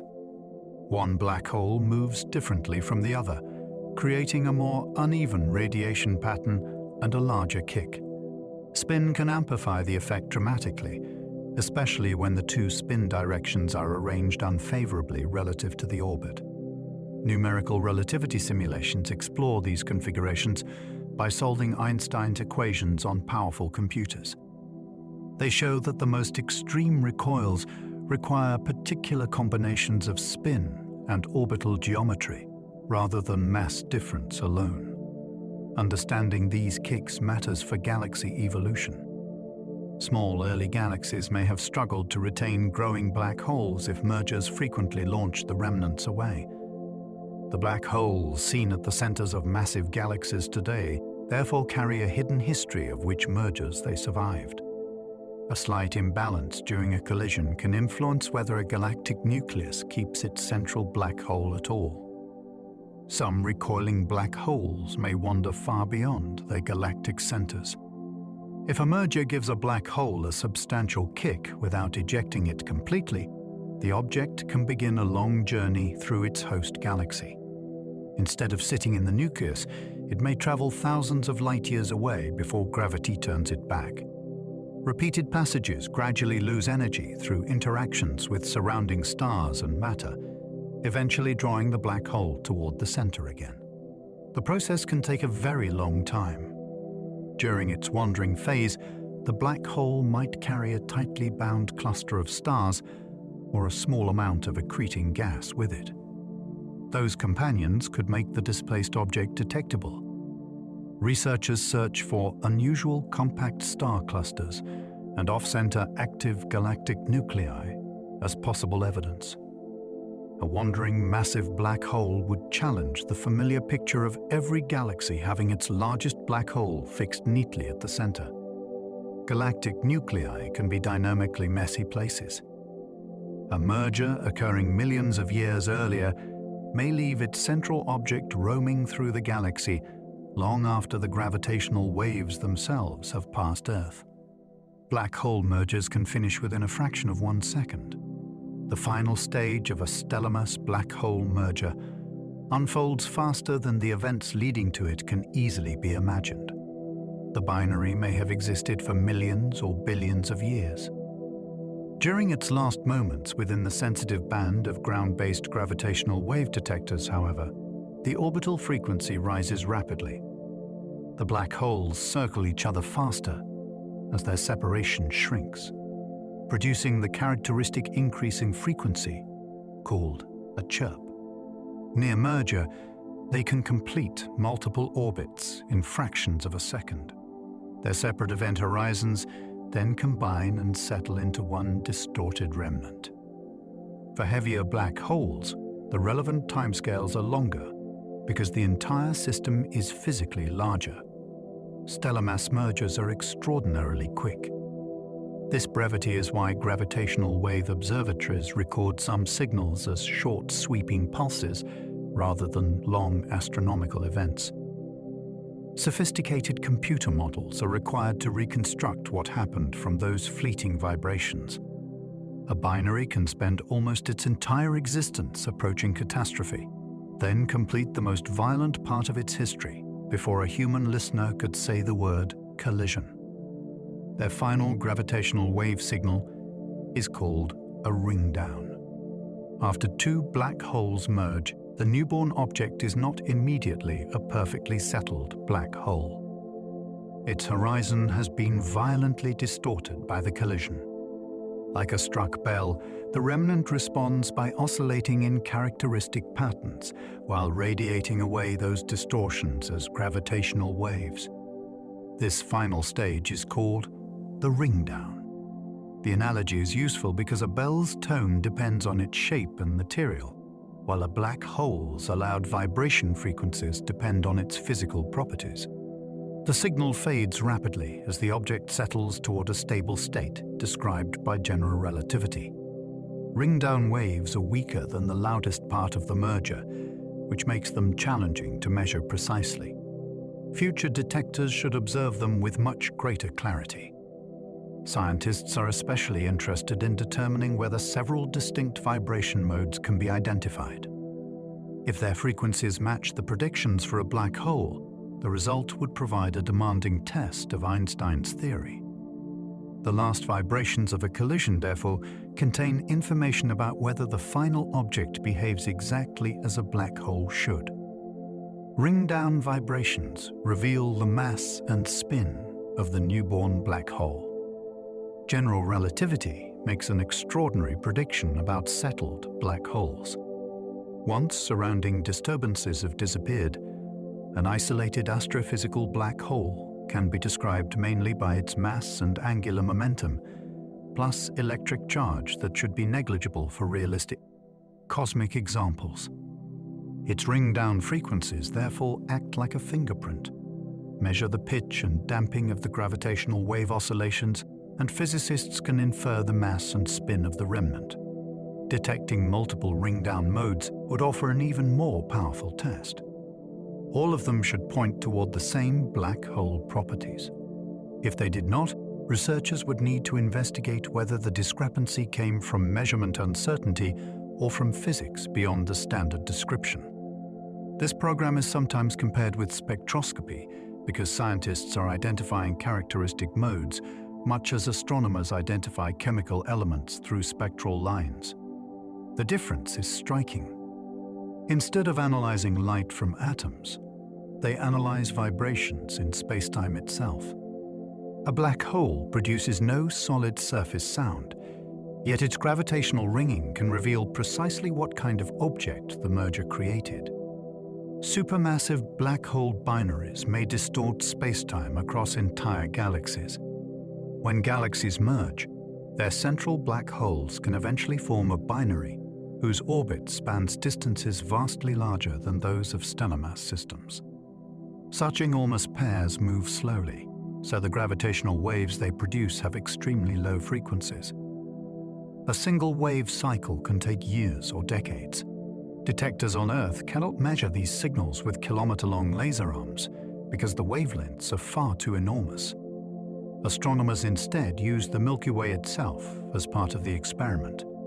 Millisecond pulsars scattered across the galaxy serve as exceptionally stable clocks. If a long gravitational wave passes between Earth and those pulsars, it slightly alters the arrival times of their radio pulses. The effect is tiny, but monitoring many pulsars for years can reveal correlated patterns across the sky. In this sense, the detector becomes galactic in scale. The signals may originate from pairs of supermassive black holes orbiting in galaxies hundreds of millions of light-years away. A collision process in one galaxy can therefore be measured through subtle timing changes distributed across another. Pulsar timing has revealed a low-frequency gravitational wave background. After years of watching some of the most stable pulsars in the sky, several international collaborations reported compelling evidence for a shared gravitational signal at nanohertz frequencies. Researchers did not detect one sharp merger, like ground-based observatories do. Instead, they found slow variations in pulsar timing that show the kind of spatial correlation expected from a background of gravitational waves. Different pulsars are affected in related ways depending on their angular separation in the sky. Detecting that pattern required observations stretching across many years because each wave changes extraordinarily slowly. The result opened a completely different gravitational wave window from the one used to study stellar mass black hole mergers. Scientists can now investigate processes operating on scales that were previously inaccessible. Continued measurements should sharpen the background signal and may eventually reveal individual exceptionally massive binaries above it. Pulsars discovered as exotic stellar remnants have become components of a galaxy-sized gravitational observatory. Their regular radio flashes allow humanity to sense space-time changes whose periods are comparable to large fractions of a human lifetime. That background may come from countless merging supermassive black hole pairs. The leading explanation for the newly measured nanohertz gravitational wave background is not a single enormous source. It is the combined murmur of many supermassive black hole binaries throughout the universe. Galaxy mergers should naturally bring central black holes together. After the galaxies combine, the two black holes sink toward the new center and begin orbiting one another. Across cosmic history, enormous numbers of systems may have reached this stage. Their individual waves overlap by the time they reach Earth, creating a persistent background rather than easily separated signals. The exact strength and shape of that background can reveal how frequently galaxies merge and how efficiently their black holes move toward final coalescence. It may even expose whether interactions with stars or gas alter those orbits. As pulsar timing measurements improve, astronomers hope the smooth background will begin resolving into particularly loud individual binaries. What currently sounds like one collective gravitational hum may eventually separate into identifiable systems. The universe could be filled with giant black hole pairs, slowly approaching mergers that will not finish for thousands or millions of years. Galaxies can collide without most of their stars ever touching. A collision between two galaxies sounds as though billions of stars should smash together. In reality, direct stellar impacts are extraordinarily unlikely because galaxies are mostly empty space. Even in crowded regions, the distances between stars are enormous compared with their sizes. When two galaxies pass through one another, their stars usually continue along altered paths without physically colliding. Gravity does the real damage. Each galaxy pulls on the other and changes the orbits of countless stars at once. Some stars are pushed into wider paths. Others are thrown into long streams that extend far beyond the original galaxies. Gas behaves differently because clouds can strike and compress as the systems overlap. The entire encounter may last hundreds of millions of years, with the galaxies passing through each other more than once before finally settling. From a distance, the result can look violently tangled. On the scale of individual stars, however, most of the participants never come remotely close to touching. Two vast stellar systems can therefore pass through one another, while collisions between actual suns remain almost non-existent. Galactic collisions reshape spiral arms over hundreds of millions of years. A spiral galaxy does not keep the same elegant shape forever. When another galaxy approaches, its gravity can pull strongly on the disk and distort the pattern of stars. Spiral arms may stretch, bend, or become much more prominent as the encounter develops. In some cases, a close passage creates broad bridges of material between the galaxies. Other regions are drawn outward into sweeping structures that can remain visible long after the closest approach. The transformation unfolds slowly by human standards, yet it can completely change the appearance of both galaxies. Computer simulations allow astronomers to run these interactions forward and compare the resulting structures with real systems seen through telescopes. By adjusting the masses and trajectories, researchers can reconstruct how particular distorted galaxies may have formed. A graceful spiral can become irregular during the encounter and later settle into a very different configuration. Galactic architecture is therefore not fixed. The shapes seen in astronomical photographs are temporary stages in a gravitational history that may include repeated encounters stretching across billions of years. The Milky Way is currently consuming several smaller neighboring galaxies. Our home galaxy is not growing in complete isolation. Smaller satellite galaxies orbit the Milky Way, and some are gradually being pulled apart by its gravity. The Sagittarius dwarf spheroidal galaxy provides a striking example. As it repeatedly passes around the Milky Way, stars are stripped from it and stretched into enormous streams that wrap through the galactic halo. Astronomers can identify these former members by measuring their motions and chemical compositions. Other stellar streams reveal the remains of systems that were disrupted much earlier. This process is known as galactic cannibalism, though it happens through gravity rather than anything resembling ordinary feeding.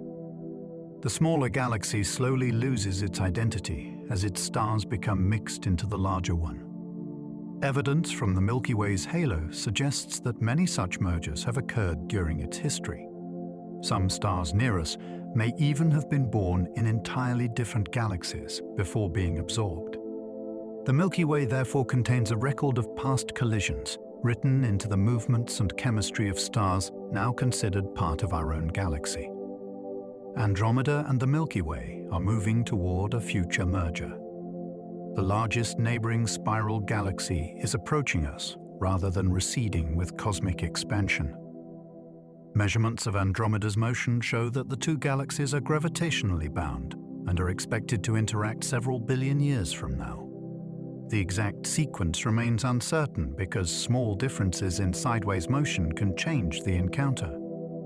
Current models generally predict at least one close passage, followed by a gradual merger. The night sky would look extraordinary during the approach because Andromeda would appear increasingly large as its stars spread across a wider region. Earth itself would not necessarily be endangered by direct stellar collisions. The greater change would be to the structure of both galaxies. Their disks could become severely distorted before the combined system eventually settles into a new form. The Sun may be thrown onto a different galactic orbit during the process. Humanity will almost certainly face many other cosmic changes long before then. Even so, the prediction reminds us that the Milky Way is part of a dynamic, local environment. Our galaxy has a future that includes another giant system. Colliding galaxies can trigger enormous bursts of new star formation. When galaxies interact, their gas can respond far more dramatically than their stars. Gravitational forces disturb huge reservoirs of cold material and drive clouds into denser regions. Once enough gas becomes compressed, gravity can cause many new stars to form at nearly the same time. Astronomers call particularly intense episodes starbursts. Some interacting galaxies produce stars at rates far above those of calm spiral systems. The effect is especially striking in the antennae galaxies, where enormous young star clusters have formed during an ongoing merger.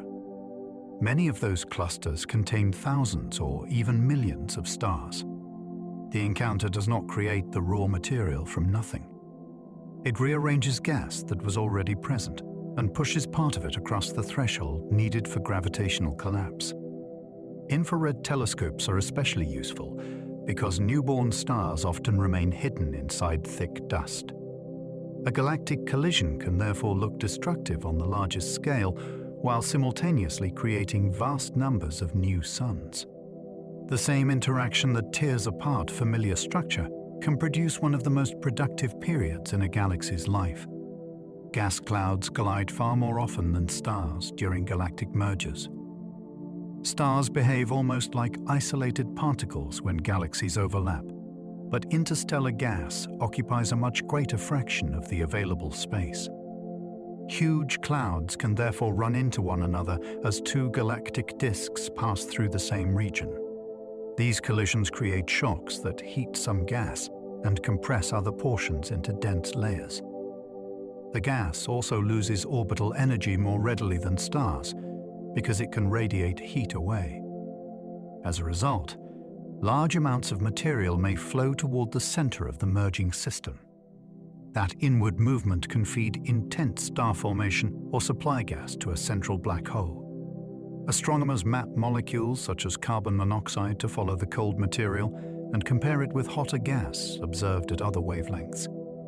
The patterns reveal where compression is strongest and where new stellar nurseries may develop.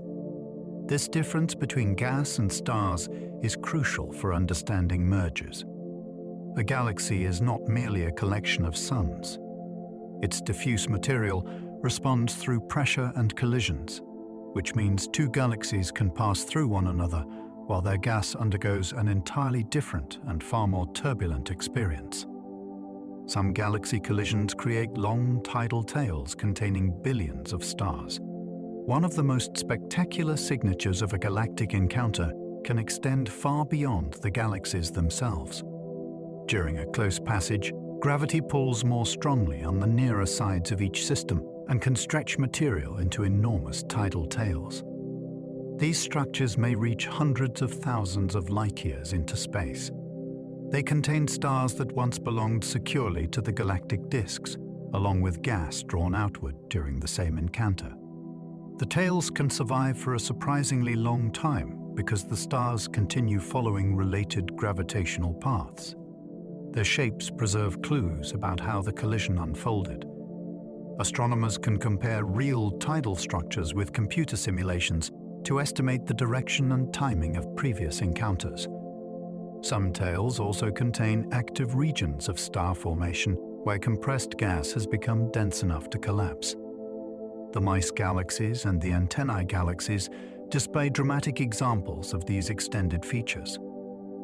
A galaxy can therefore have part of its stellar population pulled into a structure far larger than its original disk.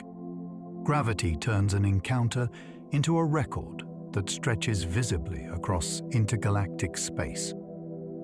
Entire dwarf galaxies can form inside debris from larger galactic collisions. A galactic collision can sometimes create a new galaxy from material ripped out of older ones. Tidal tails contain gas and stars drawn away during the encounter. In certain regions, gravity can gather enough of that debris into a self-bound object. The result is called a tidal dwarf galaxy. Unlike many ordinary dwarf galaxies, these objects form from material that has already been chemically enriched inside larger galaxies. Their gas therefore contains more heavy elements than might be expected for a newly assembled system of similar size. Another intriguing difference concerns dark matter. Standard models predict that most of the original galaxy's dark matter remains in extended halos, rather than being efficiently pulled into narrow tidal tails. Tidal dwarfs may therefore contain relatively little of it. Researchers study these systems because they provide unusual tests of galaxy formation and gravitational dynamics. Their very existence shows that galaxies are not created only from pristine material early in cosmic history. Under the right circumstances, fragments torn from mature galaxies can gather themselves into new gravitationally bound systems during the aftermath of a collision.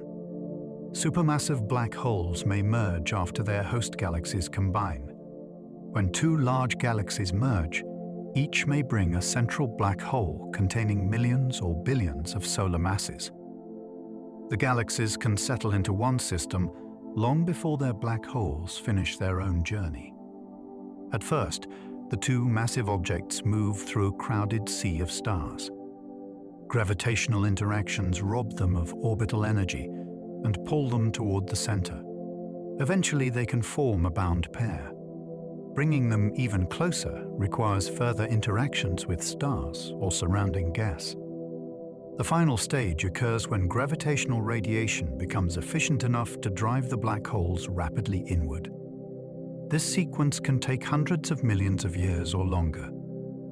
Astronomers are actively searching for galaxies that contain pairs of active nuclei as evidence for different stages of the process. Some systems show two bright centers separated by thousands of light years. Others may contain much tighter binaries that are harder to resolve. A galaxy merger, therefore, has an ending hidden inside its center. Long after the larger stellar structures have blended together, the two original central black holes may still be approaching their own collision. Galaxy cluster collisions separate hot gas from invisible dark matter. A galaxy cluster contains far more than the galaxies visible in ordinary photographs. Enormous quantities of hot gas fill the space between them, and most of the total mass appears to be dark matter. When two clusters collide, these components behave differently. The galaxies mostly pass through one another because direct collisions are rare. Dark matter also appears to move through with relatively little resistance. The hot gas does not. Gas from the two clusters crashes together and slows because electromagnetic interactions create pressure and shock heating. Astronomers can map the gas through its X-ray emission. They can separately map the overall gravitational mass using gravitational lensing, which measures how background light is distorted. In some merging clusters, the two maps do not line up. The dominant mass moves ahead while much of the ordinary hot gas remains behind. This separation gives scientists a remarkable natural experiment.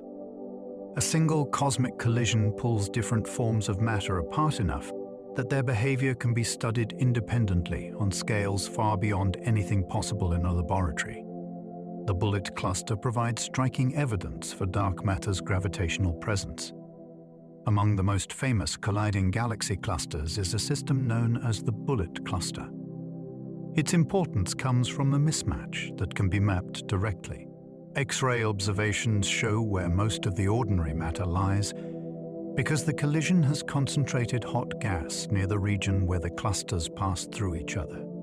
Gravitational lensing tells a different story.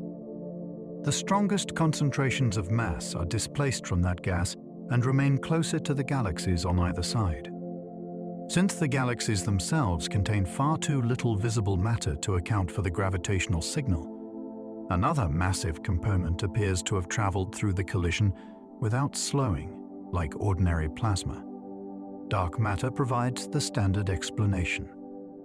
The observation does not reveal what dark matter is made from, but it strongly constrains theories that attempt to explain galaxy cluster gravity using ordinary matter alone. Other merging clusters provide additional tests, yet the bullet cluster remains especially clear. Nature effectively separated most of the visible material from most of the gravitating mass, allowing astronomers to compare them in the same object. Cluster mergers can generate shock waves spanning millions of light years. Galaxy clusters are the largest gravitationally bound structures in the universe, so collisions between them involve staggering amounts of energy. As two clusters approach, their vast clouds of hot gas can meet at speeds of thousands of kilometers per second. The collision drives shock fronts through plasma that already reaches temperatures of millions of degrees. Some shocks extend across distances comparable to or larger than entire galaxies. X-ray telescopes reveal abrupt changes in gas temperature and density that mark the moving fronts. Radio observatories can also detect enormous diffuse structures known as relics, which often trace regions where particles have been accelerated by merger shocks. Unlike the sharp blast from a stellar explosion, a cluster shock evolves over hundreds of millions of years. Its scale is almost impossible to reproduce mentally. Light itself may take millions of years to cross the affected region. These events demonstrate that cosmic violence is not limited to compact objects. Whole collections of thousands of galaxies can collide and send pressure waves through volumes of space large enough to engulf the Milky Way many times over. Cosmic collisions can accelerate particles to energies beyond human-built machines. The universe contains natural particle accelerators vastly larger than anything constructed on Earth. Shockwaves and powerful magnetic fields generated by supernova remnants, galaxy clusters, and relativistic jets can repeatedly scatter charged particles. Each interaction may increase a particle's energy until it travels at a speed extremely close to light. The exact acceleration mechanisms vary, and researchers still debate which sources dominate at the highest energies. One widely studied process is diffusive shock acceleration. Charged particles cross back and forth through a shock front while magnetic turbulence redirects them, allowing repeated energy gains. Because astrophysical shocks can span enormous distances and persist for long periods, they can push particles far beyond the energies achieved in terrestrial accelerators. These particles eventually escape and may travel through interstellar or intergalactic space before encountering matter elsewhere. Their paths are bent by magnetic fields, which makes their origins difficult to trace. A cosmic collision can therefore become a machine for launching individual atomic nuclei across the universe with energies that human technology has never directly produced. Fast radio bursts release immense radio energy within mere milliseconds. For only a few thousandths of a second, a distant source can become one of the brightest radio objects in the sky. Fast radio bursts were first recognized after astronomers found an unusual pulse in archived telescope data. Since then, large surveys have detected hundreds of sources.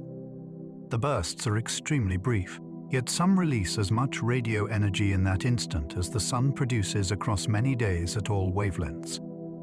Their short duration shows that the emitting region must be compact.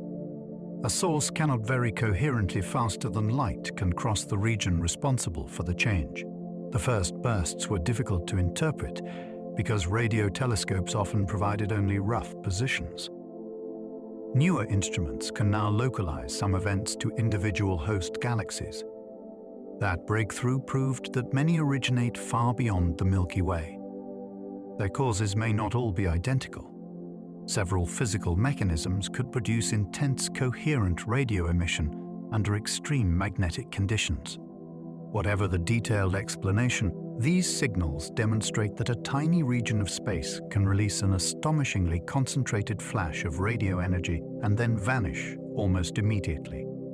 Some fast radio bursts repeat, while others appear only once. The discovery that certain fast radio burst sources fire again transformed the mystery. A repeating source cannot be explained by any event that completely destroys its engine during the first burst. Some repeaters have produced dozens or even hundreds of pulses, with intervals ranging from seconds to months. Their individual bursts can differ in brightness and duration. In several cases, periods of activity appear to follow longer cycles, although the reasons remain uncertain. Other fast radio burst sources have never been observed to repeat despite extensive monitoring. That distinction may mean there are several classes of physical origin. It may also reflect observational limits because a supposedly one-off source could simply repeat too faintly or too rarely for existing telescopes to catch. Astronomers compare burst shapes and local environments to search for patterns. Some repeaters occupy regions with persistent radio emission nearby, while others do not. The field remains wonderfully unsettled. Two flashes that look similar in a telescope may come from related engines behaving differently, or from entirely separate cosmic processes capable of producing the same brief radio signature. Magnetars are the leading explanation for many repeating fast radio bursts. A magnetar contains exactly the sort of extreme ingredients that could produce a powerful radio flash from a very small region. Its immense magnetic field stores huge amounts of energy, and sudden rearrangements can accelerate charged particles rapidly. Researchers have developed several models in which magnetic activity launches disturbances into the surrounding environment or directly produces coherent radio emission near the star. The repeating nature of many fast radio burst sources fits naturally because a magnetar can remain active after each outburst. Young magnetars may be especially promising if they are surrounded by dense material left from their formation. That environment could help explain why some repeaters show complicated radio behavior. Not every detail is solved. Astronomers still debate exactly where the radio waves are generated and why only some magnetars appear capable of producing exceptionally luminous bursts. Different fast radio burst populations may also require different explanations. Even so, magnetars provide a compelling connection between the strongest known stellar magnetic fields and some of the shortest, brightest radio events detected across cosmological distances. One galactic magnetar produced a radio burst resembling distant cosmic signals. In April of 2020, astronomers received the clue they had been waiting for. A magnetar within the Milky Way called SGR 1935+21 produced an intense burst of radio waves. Viewed from another galaxy, the signal would have resembled a relatively faint, fast radio burst. X-ray instruments detected high-energy activity at nearly the same time, strengthening the connection with magnetar outbursts. This was the first direct demonstration that a known magnetar could generate a radio flash approaching the extraordinary class previously detected mostly at extragalactic distances. The event did not prove that every fast radio burst comes from a magnetar. It showed that magnetars can produce at least some of them. Researchers studied the timing and structure of the pulse in extraordinary detail because the source was far closer than typical fast radio bursts. The discovery turned a broad theoretical possibility into an observed physical link. A mysterious phenomenon first discovered far beyond our galaxy suddenly had a recognizable relative living inside the Milky Way. Fast radio bursts reveal hidden matter between galaxies through their delays. A fast radio burst carries information not only about its source, but also about every cloud of ionized matter encountered on the journey to Earth. Lower radio frequencies travel through free electrons slightly more slowly than higher frequencies. As a result, the burst arrives spread across time in a predictable pattern. Astronomers measure this effect through a quantity called dispersion measure. Part of the delay comes from electrons in the Milky Way. Additional contributions can arise in the host galaxy and near the source. What remains can trace the otherwise difficult-to-detect material between galaxies. This is important because much of the universe's ordinary matter is thought to reside in diffuse gas that is extremely faint. By combining a burst's dispersion with its independently measured distance, researchers can estimate how many electrons lie along the line of sight. A population of well-localized fast radio bursts can therefore map the distribution of baryonic matter across cosmic space. A millisecond radio flash becomes a measuring probe that weighs material too thin and diffuse to glow brightly on its own. Certain bursts travel billions of years before reaching radio telescopes. By the time a distant fast radio burst reaches Earth, the galaxy that produced it may have changed enormously. Radio waves from some sources have traveled for billions of years across an expanding universe before striking a telescope for only milliseconds. During that journey, cosmic expansion stretches the wavelength of the signal. Intervening plasma also alters its arrival pattern. Astronomers can identify a host galaxy for well-localized bursts and measure its redshift, allowing them to connect the observed pulse with a specific period in cosmic history. Particularly distant examples give researchers a way to study how intergalactic matter evolved over time. The contrast in timescales is extraordinary. The source may have emitted its defining signal in a fraction of a heartbeat, yet the radiation then spent a significant portion of the universe's history traveling toward us. It crossed enormous regions of space while stars formed and died elsewhere. Radio astronomy compresses that entire journey into one brief trace on a detector. A momentary event can arrive carrying information gathered across billions of light years. Cosmic rays strike Earth with energies exceeding the largest particle accelerators. Earth is continually bombarded by atomic nuclei and other particles arriving from space. Most cosmic rays have modest energies by astrophysical standards, but a tiny fraction are astonishingly powerful. The most energetic examples carry far more energy in a single particle than the Large Hadron Collider can give to an individual proton. When one strikes the upper atmosphere, it collides with an atomic nucleus and creates a cascade of secondary particles. That air shower can spread across many square kilometers before reaching the ground. Large observatories detect these showers using arrays of particle counters or telescopes that watch faint ultraviolet light produced in the atmosphere. The original cosmic ray itself never reaches the detector intact. Researchers reconstruct its energy and direction from the enormous cascade it creates. These events are rare, especially at the highest energies.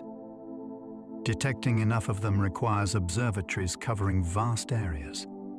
Nature can somehow accelerate a single atomic nucleus to an energy beyond our most powerful machines, then send it across space until Earth's atmosphere becomes the target that finally reveals its arrival. The most energetic cosmic rays arrive from still mysterious distant sources. Astronomers know that ultra-high-energy cosmic rays exist, but tracing them back to their accelerators is exceptionally difficult. Charged particles do not travel through the universe in perfectly straight lines. Galactic and intergalactic magnetic fields bend their trajectories, erasing much of the directional information that ordinary photons preserve. At the highest energies, the deflection becomes smaller, which offers some hope of identifying source regions. Observatories have found hints of associations with certain nearby extragalactic structures, but no single population has yet explained everything convincingly. Possible accelerators include active galactic nuclei and other environments capable of sustaining immense electromagnetic fields. There is another complication. The highest energy particles interact with background radiation during long journeys, which limits how far many of them can travel without losing energy. Their sources therefore cannot all lie arbitrarily far away. Researchers combine arrival directions with measurements of particle composition to narrow the possibilities. Somewhere in the relatively nearby universe, natural machines are accelerating atomic nuclei to extraordinary energies. Yet the identity of those machines remains one of high-energy astrophysics' most say, persistent mysteries. Active galaxies launch particle jets longer than their host galaxies.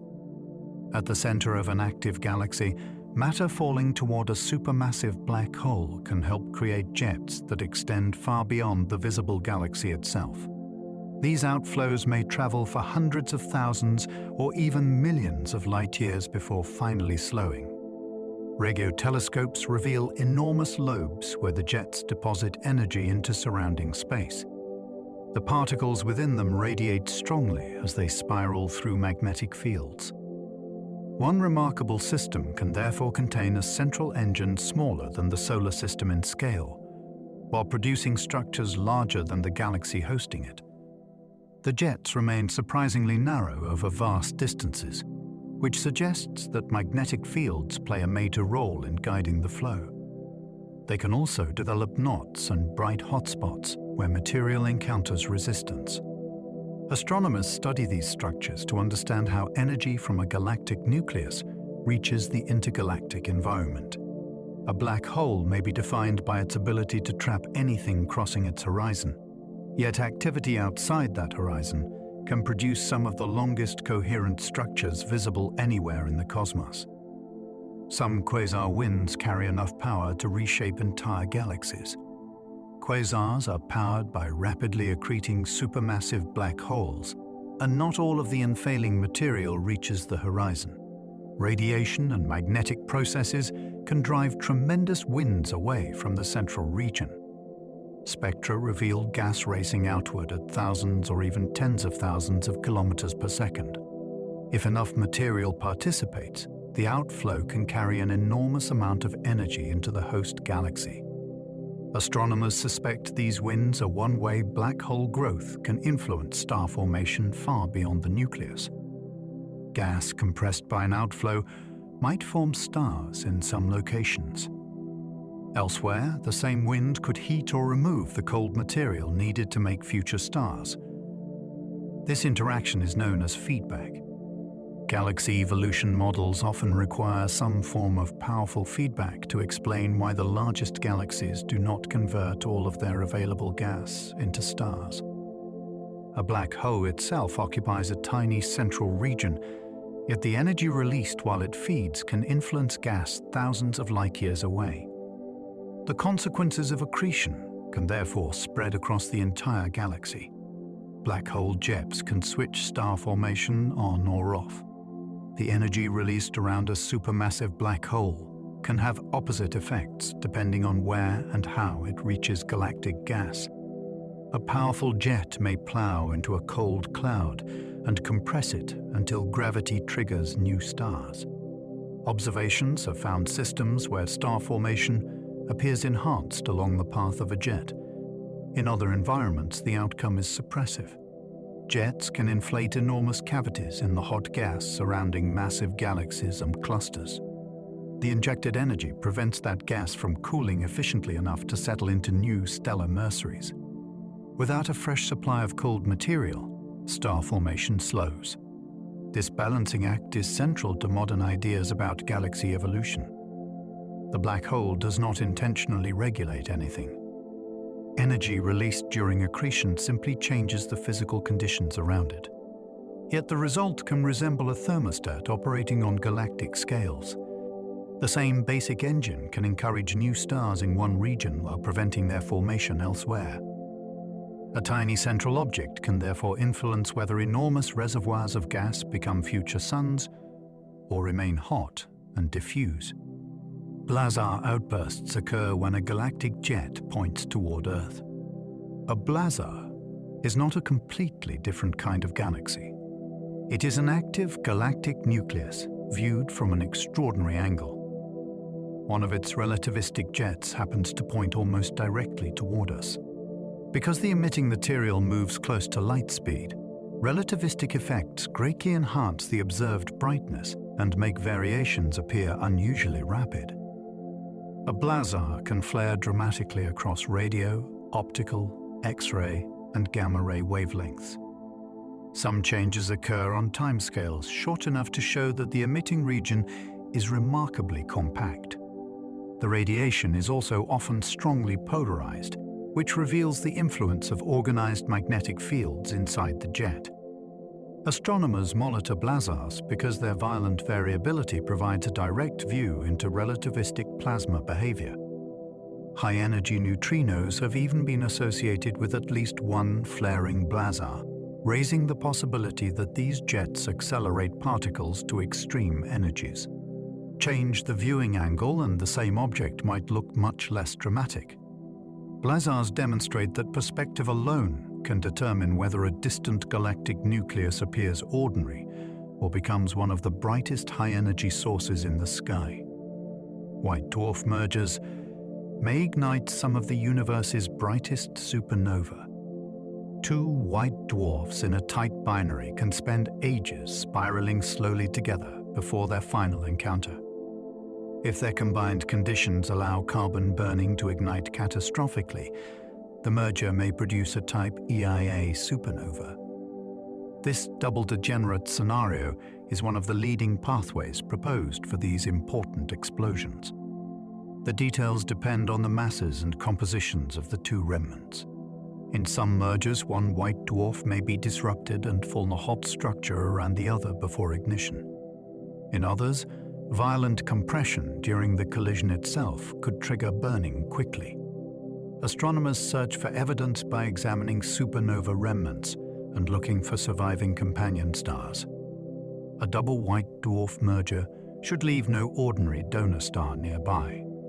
Researchers also measure the abundance of elements created during the explosion, because different ignition mechanisms produce different chemical patterns. Understanding the pathway matters far beyond stellar evolution, because type EIA supernova are used as distance indicators. Some of astronomy's most valuable cosmic rulers may begin when two apparently dead stars finally collide. Colliding white dwarfs could produce explosions without leaving any stellar remnant. A thermonuclear explosion differs fundamentally from a core collapse supernova.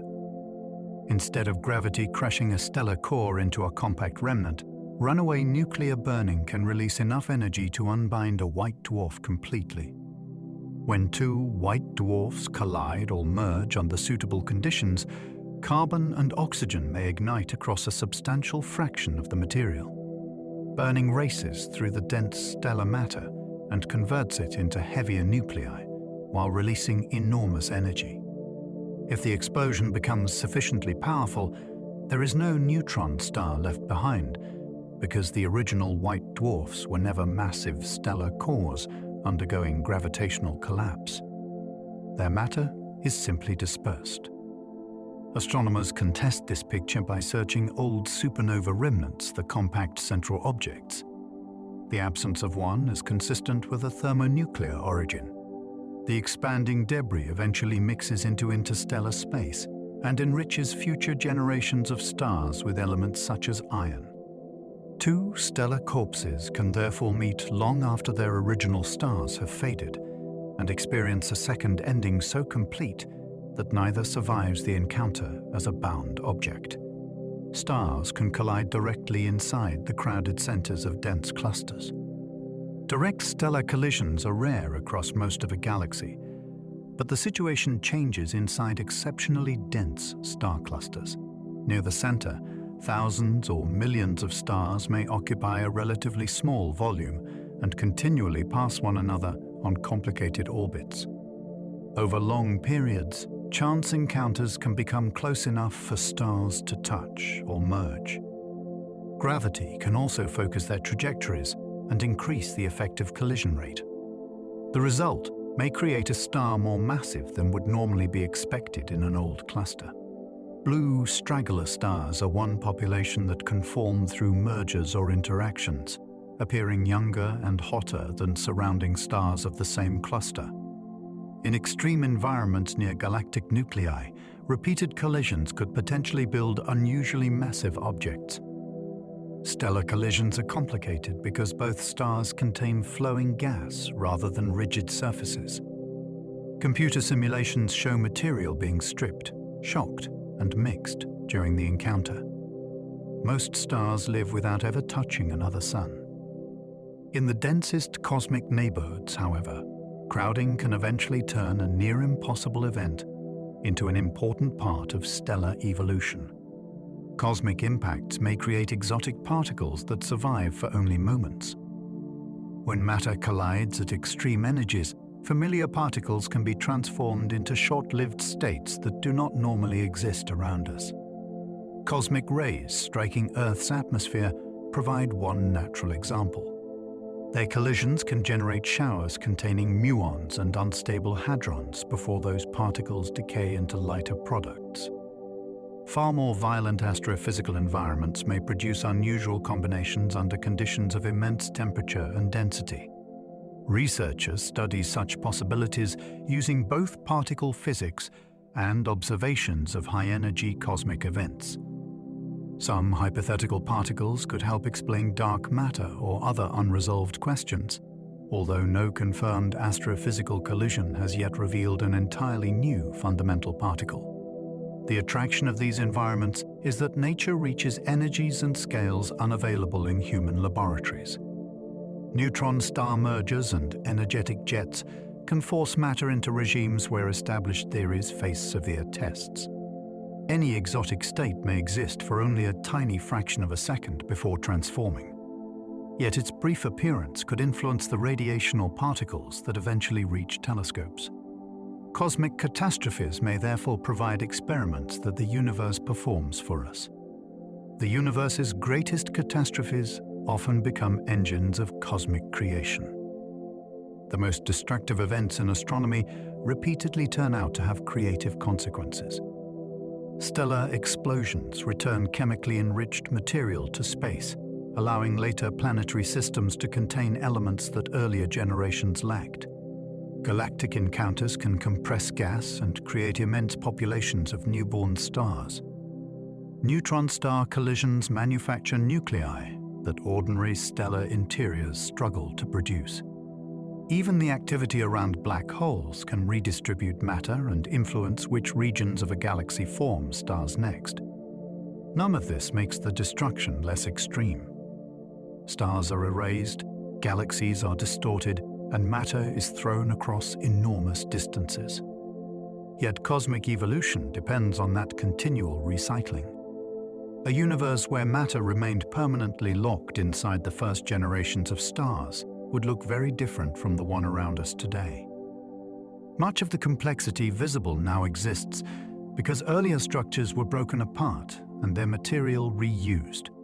Catastrophe and creation are therefore not opposites on cosmic scales. They are often consecutive stages of the same process. The universe builds new possibilities from the remains of events powerful enough to destroy what came before. And with that, we come to the end of our journey through some of the most extreme events in the universe. We have followed stars to the final moments of their lives and watched entire galaxies change under the pull of gravity. We have seen matter pushed into extraordinary states, while distant collisions sent signals traveling across space for billions of years. Some of these events last for only a fraction of a second. Others unfold over timescales so vast that no human lifetime could ever witness their beginning and end. And yet, from here on Earth, we can still detect them. Their light reaches us across the darkness. Their radio signals arrive at our telescopes. Their gravitational waves move silently through the planet beneath us. For now, though, you can leave all of that far away. Let those distant galaxies continue their slow motion through space. Let the stars follow paths they have been traveling for millions of years. Nothing needs your attention now. Allow your breathing to become easy. Let your shoulders rest a little more heavily. Feel the surface beneath you supporting your weight, and allow the last thoughts of the day to become less important. If you enjoyed this journey, you are always welcome to like the video, subscribe to the channel, or leave a thought below. It helps more curious minds find their way here. And if you are somehow still awake, there is another video waiting for you on the screen. You can follow it into another part of science and let the next journey carry you a little further towards sleep. But if you are already beginning to drift, there is nowhere else you need to go. Just rest now. Sleep well and good night.